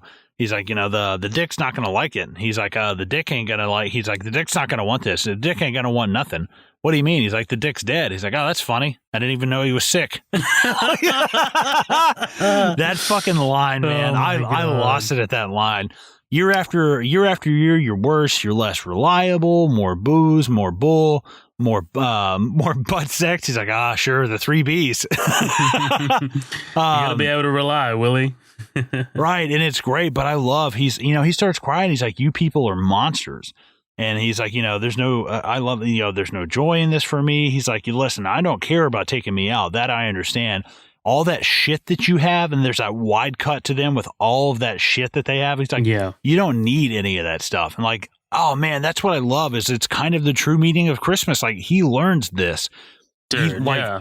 He's like, he literally says, "This is Christmas," right? And literally, he draws the gun on him. He's like, "Dude, for Christ's sakes, it's Christmas!" And it's the one time you see him cry in the whole movie. You're like, holy fuck! And I don't even think he's really mad about being killed. He doesn't give a fuck. I think he's mad that he's not going to give the kid the present. That's what he's mad about. He doesn't give a shit about himself. It's like, God, that's so fucking good.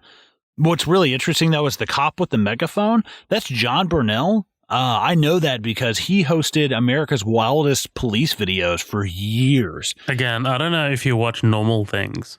I just don't know anymore. I literally have no fucking idea anymore. Well, anybody in our American audience will know that this guy, John, Danny knows. Danny would know this guy as soon as you hear, hi, my name's John Burnell. Like, he does these you can YouTube America's Wildest Police Chases. He did countless videos of it. It's insane. But we're really kind of winded down here. He takes the elephant.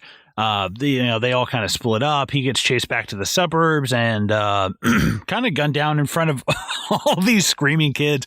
But I love the line. He's like, this is Christmas, and the kid gets his fucking present. Like, oh, that's so great. Amazing. Again, fantastic. The total redemption, and they fucking pop his ass full of lead. Like, dude, holy shit. Like, while they're at the mall still, right? Like, he's trying to escape, and there is one moment where he like swan dives off the top of the escalator, and I'm just like, oh, you're dead. You are not coming back from that swan dive, dude. Because like literally, like the next cut is literally him running out of the like automatic doors. I'm just like, oh, dude, you are either you're. I don't know how you recovered from that swan dive, because you probably, if they're one of those like step escalators with the steps and not the flat ones, then you just like kind of like garroted your own body. Like, you are fucked up, dude. Well, yeah, especially, God, those metal ass steps. It's like somebody hitting you with an electric razor that's not on. Yeah. It's just like, dude, one time I was like drunk. Right. And like we're on our way into like a music festival, and we'd just done like the pre-drinks, and we were fucking being idiots, right? Like, I was like, what, 19 years old, and I don't know, like I was rushing to try and get a train, and I went down to the wrong platform. My friends were at the top, and like like the train is on its way. It's like 1 minute away, and I was like, fuck. And it was only a down escalator, so I start running up the down escalator, and like at that point I was just like, I was so puffed out. I was about to reach the top, and I fell. I tripped, and I fell. And like the corner, dude, the edge of those steps are so like jagged, and they're so like I can see. I'm looking at the scar now, still on my knee. Like it's shit. stuck. Yeah, it's stuck. And I could not explain to you how much it hurt, dude. Like, so just watching him like swan dive off the top of that escalator, I'm just like, yeah, no, he didn't survive that. We're gonna have to start to do like Zohab's injury like collection, injury detail, right? Yeah, after all that shit and misery. But yeah, I mean, this is pretty much it. He runs in front of the house. He gets gunned down. All the kids are screaming, and I mean, really, first time I saw this, it's like, holy shit, he's dead. Like that's. I thought that too. Yeah, and I didn't remember him dying. Like at this point, I'm like, wait, does he die? Right, yeah, it kind of threw me through a loop. Like, I knew he didn't die, but still, the way it's shot and the feel of it, the slow motion, I'm like, dude, that dude is fucking dead. You know, but it doesn't matter because in his eyes, he's redeemed himself. He brought the present. And honestly, if they'd have been like, hey, he's dead, but the kid got the present, I wouldn't have minded it, you know? No, like, I really wouldn't. Yeah. But, you know, it's a happy ending. Hey, kid, you know, I hope you got the present. I hope there's not too much blood on it. Although the present... Although there was blood on the present you gave me, which didn't keep me from enjoying it. Right. And the letter goes on. He's like, anyways, just in case they took it as evidence, I'm also sending you a T-shirt. Dude, the fucking T-shirt that he sends. Oh, my God. That's so great. Yeah, he's healing up. Fantastic. Yeah. You know, he's telling me I'm healing up good, you know, even though they dug 8 bullets out of me because they didn't hit any vital organs except for my liver, which is shit anyways. So basically, I mean, yeah, they shot an unarmed police officer in front of the suburbs. And, you know, they say, what did he say? He's like, yeah, which I mean, makes Rodney King not look like shit. I was like, oh my God, that's fucking great. And dude, they get the bartender. I love the way he ends it, right? Like you were just about to say, the bartender, he's like, so I'll be staying in Phoenix now, telling the police how screwed up they are, which is not a bad job as jobs go. They're supposed to let me out of this hospital room soon, so I'll see you soon when I come over to fuck Mrs. Santa's sister in the jacuzzi. Till then, don't take no shit from nobody, least of all yourself. Anyways, see you soon, Santa. Oh, dude, and just the fantastic ending of this, of him go out there and kicking that kid square in the fucking nuts. Love it. Oh, that's so good. But hey, man, that's fucking Bad Santa, man. That's it. Bad Santa, man. Like, that is our 150th episode in the can. Yeah, what a movie it was, eh? Fuck yeah, dude. I'm so glad we covered this. God, it just seems like the perfect movie to cover. You know, for Midnight Double Feature, for any kind of Christmas thing that we were going to cover, because it doesn't feel right. Like I could see us covering something like Home Alone. We did Die Hard last year. You know, it would just feel weird doing something else. You know what I mean? Like it just wouldn't feel right. It wouldn't feel sincere. Right? No, and I don't. Yeah, not at all. It would just feel so odd. What do you say? Do you want to give us some closing thoughts before we get out of here? Yeah, man. I think, you know, we've kind of like sucked off this movie already. Like it's such and I feel like it's forgotten. I feel like no one really talks about Bad Santa, and like it never really enters the conversation. Like, okay, because look, we have contemporaries, we have other podcasts that we look up to all the fucking time. We follow them, and you know, you guys have heard like their guests on our podcast. Like, you know, hey, do you remember Midnight Double Feature? Oh, sorry, I was about to say our own podcast, LSG Media, and like you know, those two podcasts are absolute powerhouses, man. Like those two, I absolutely look up to all of the teammates that they have on those podcasts. But none of those podcasts have covered Bad Santa. Like none of them have come close to covering Bad Santa. Well, I don't think so. And it seems like it's a movie that always kind of gets left out of the conversation, and I don't know why that is. Like, it's possible. Like, you know, with Christmas, there's this like. With Christmas movies, there's always this kind of like immediate thought that, okay, a Christmas movie has to be a family movie with good values and like, you know, no swearing and something that the family can all sit down and watch, right? Which is why Die Hard is always, you know, there's always this constant debate about whether Die Hard is actually a Christmas movie. By the way, it is. And, you know, that's always, I feel like that's always the reason, because it's not traditionally a movie that you can sit down with the family and enjoy. Like, you know, it's not all about, you know, opening presents and Christmas trees and shit like that. It's a movie set at Christmas time about, you know, just about a hostage situation, right? So like, during the Christmas party. Whereas this should be in the conversation more often, but it's not. Like, this is a much closer to a traditional Christmas film than Die Hard.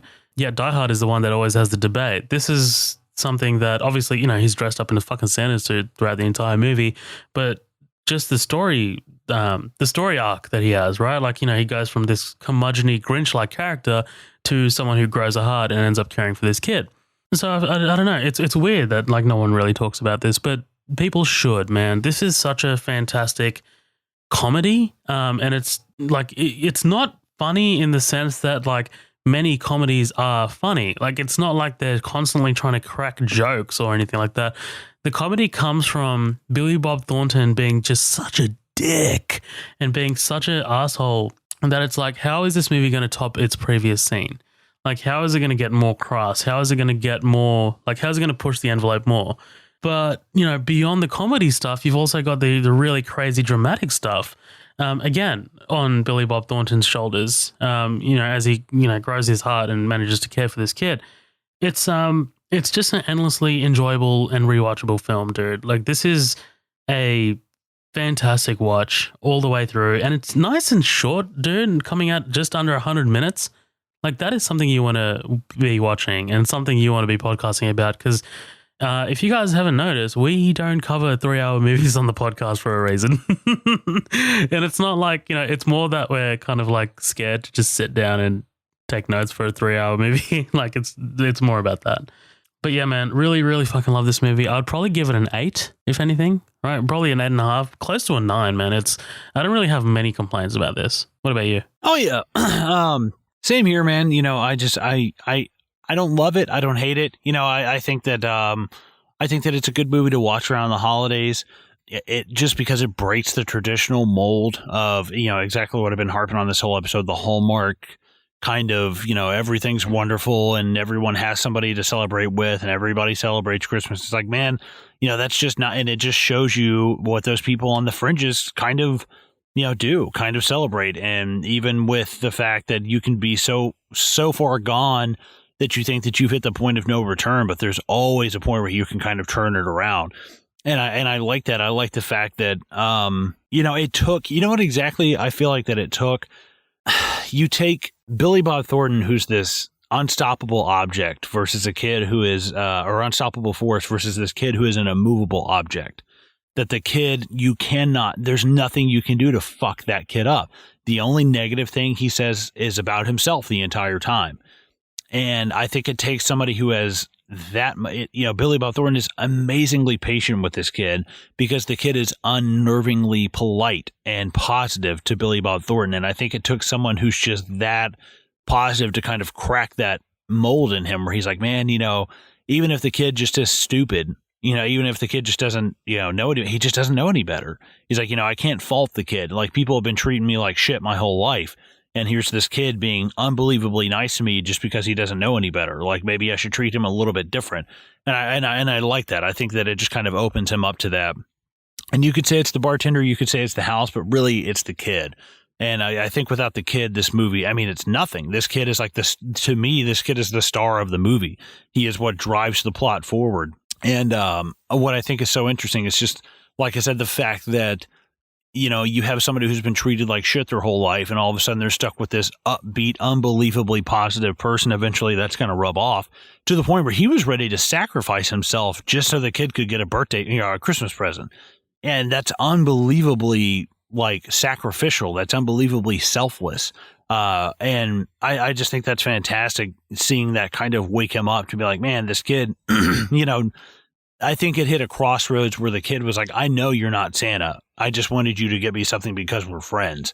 And it's like, holy shit. How could you not feel like a total bastard after that? And not, it's just great because this whole time, how many times has he been knocking over shopping malls and he's got no joy out of it, but he spends one Christmas with this annoying fucking kid. And he's just like, yeah, this is cool. I dig it. I love that. I think that's so fantastic. I'd say about the same. I'd probably give it an 8, maybe a 7.5. I think I said this off here. This could have been a short film. Like, there's some jokes sprinkled in here here and there. But honestly, I think this could have been a short film, but I'm going to say a 7 or an 8 out of 10, honestly. Do you got anything else before we jump off here? No, that's pretty much it, man. It's crazy to believe that 2019 has gone so fucking quickly. This is, we are fast approaching our 2-year mark in March. So yeah, this whole thing has been a whirlwind, dude. This whole year, I can't believe how. And look, I know we're gonna probably suck around dicks, but it's just like I can't believe how consistent we've been. Like, you know what I mean? Like, we rarely miss an episode, and when we do, it's probably for a good reason. Yeah, 100%. I mean, and also a big thing for me is seeing our download numbers jump up, even though we backed off of our episodes. I've seen people post a lot more in the after party, and there's a lot of people that have been so great in building that. I think Luke Newham is one, Ashley Bedford, Rick Gentusa. There's a lot of new people who've just been posting in that consistently, and I just want to say how appreciative I am for that.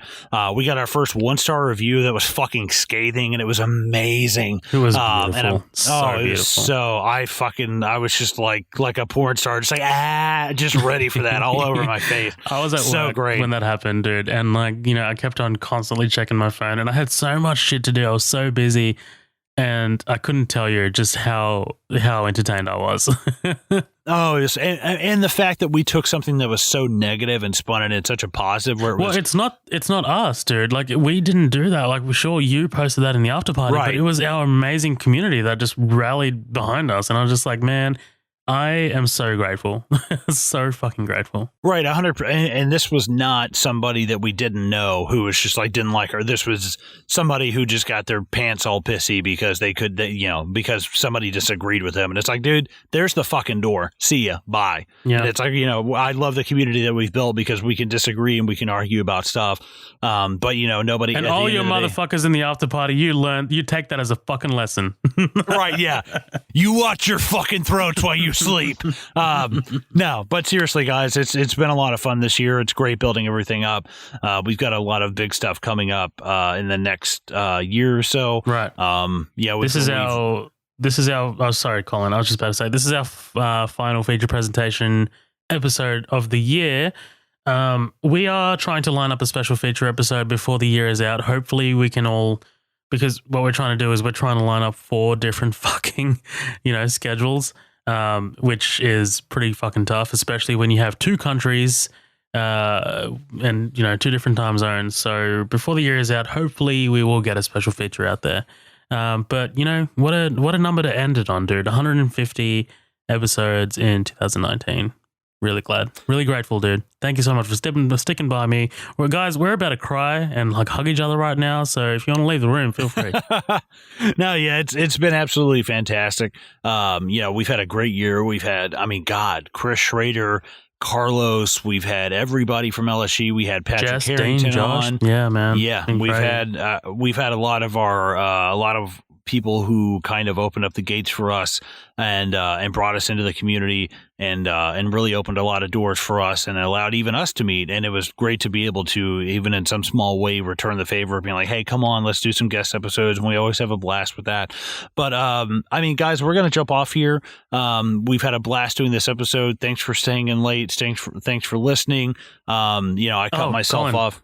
Yeah. Did you hear? Okay, so actually, you know what? I just remembered. You said you haven't listened to the latest upcoming attractions episode, but we were ending the episode, right? And I said, it annoys me when Colin says, "Thank you for hanging out with us this afternoon or this evening." I'm just like, Colin, they're not listening to us all at the same fucking time.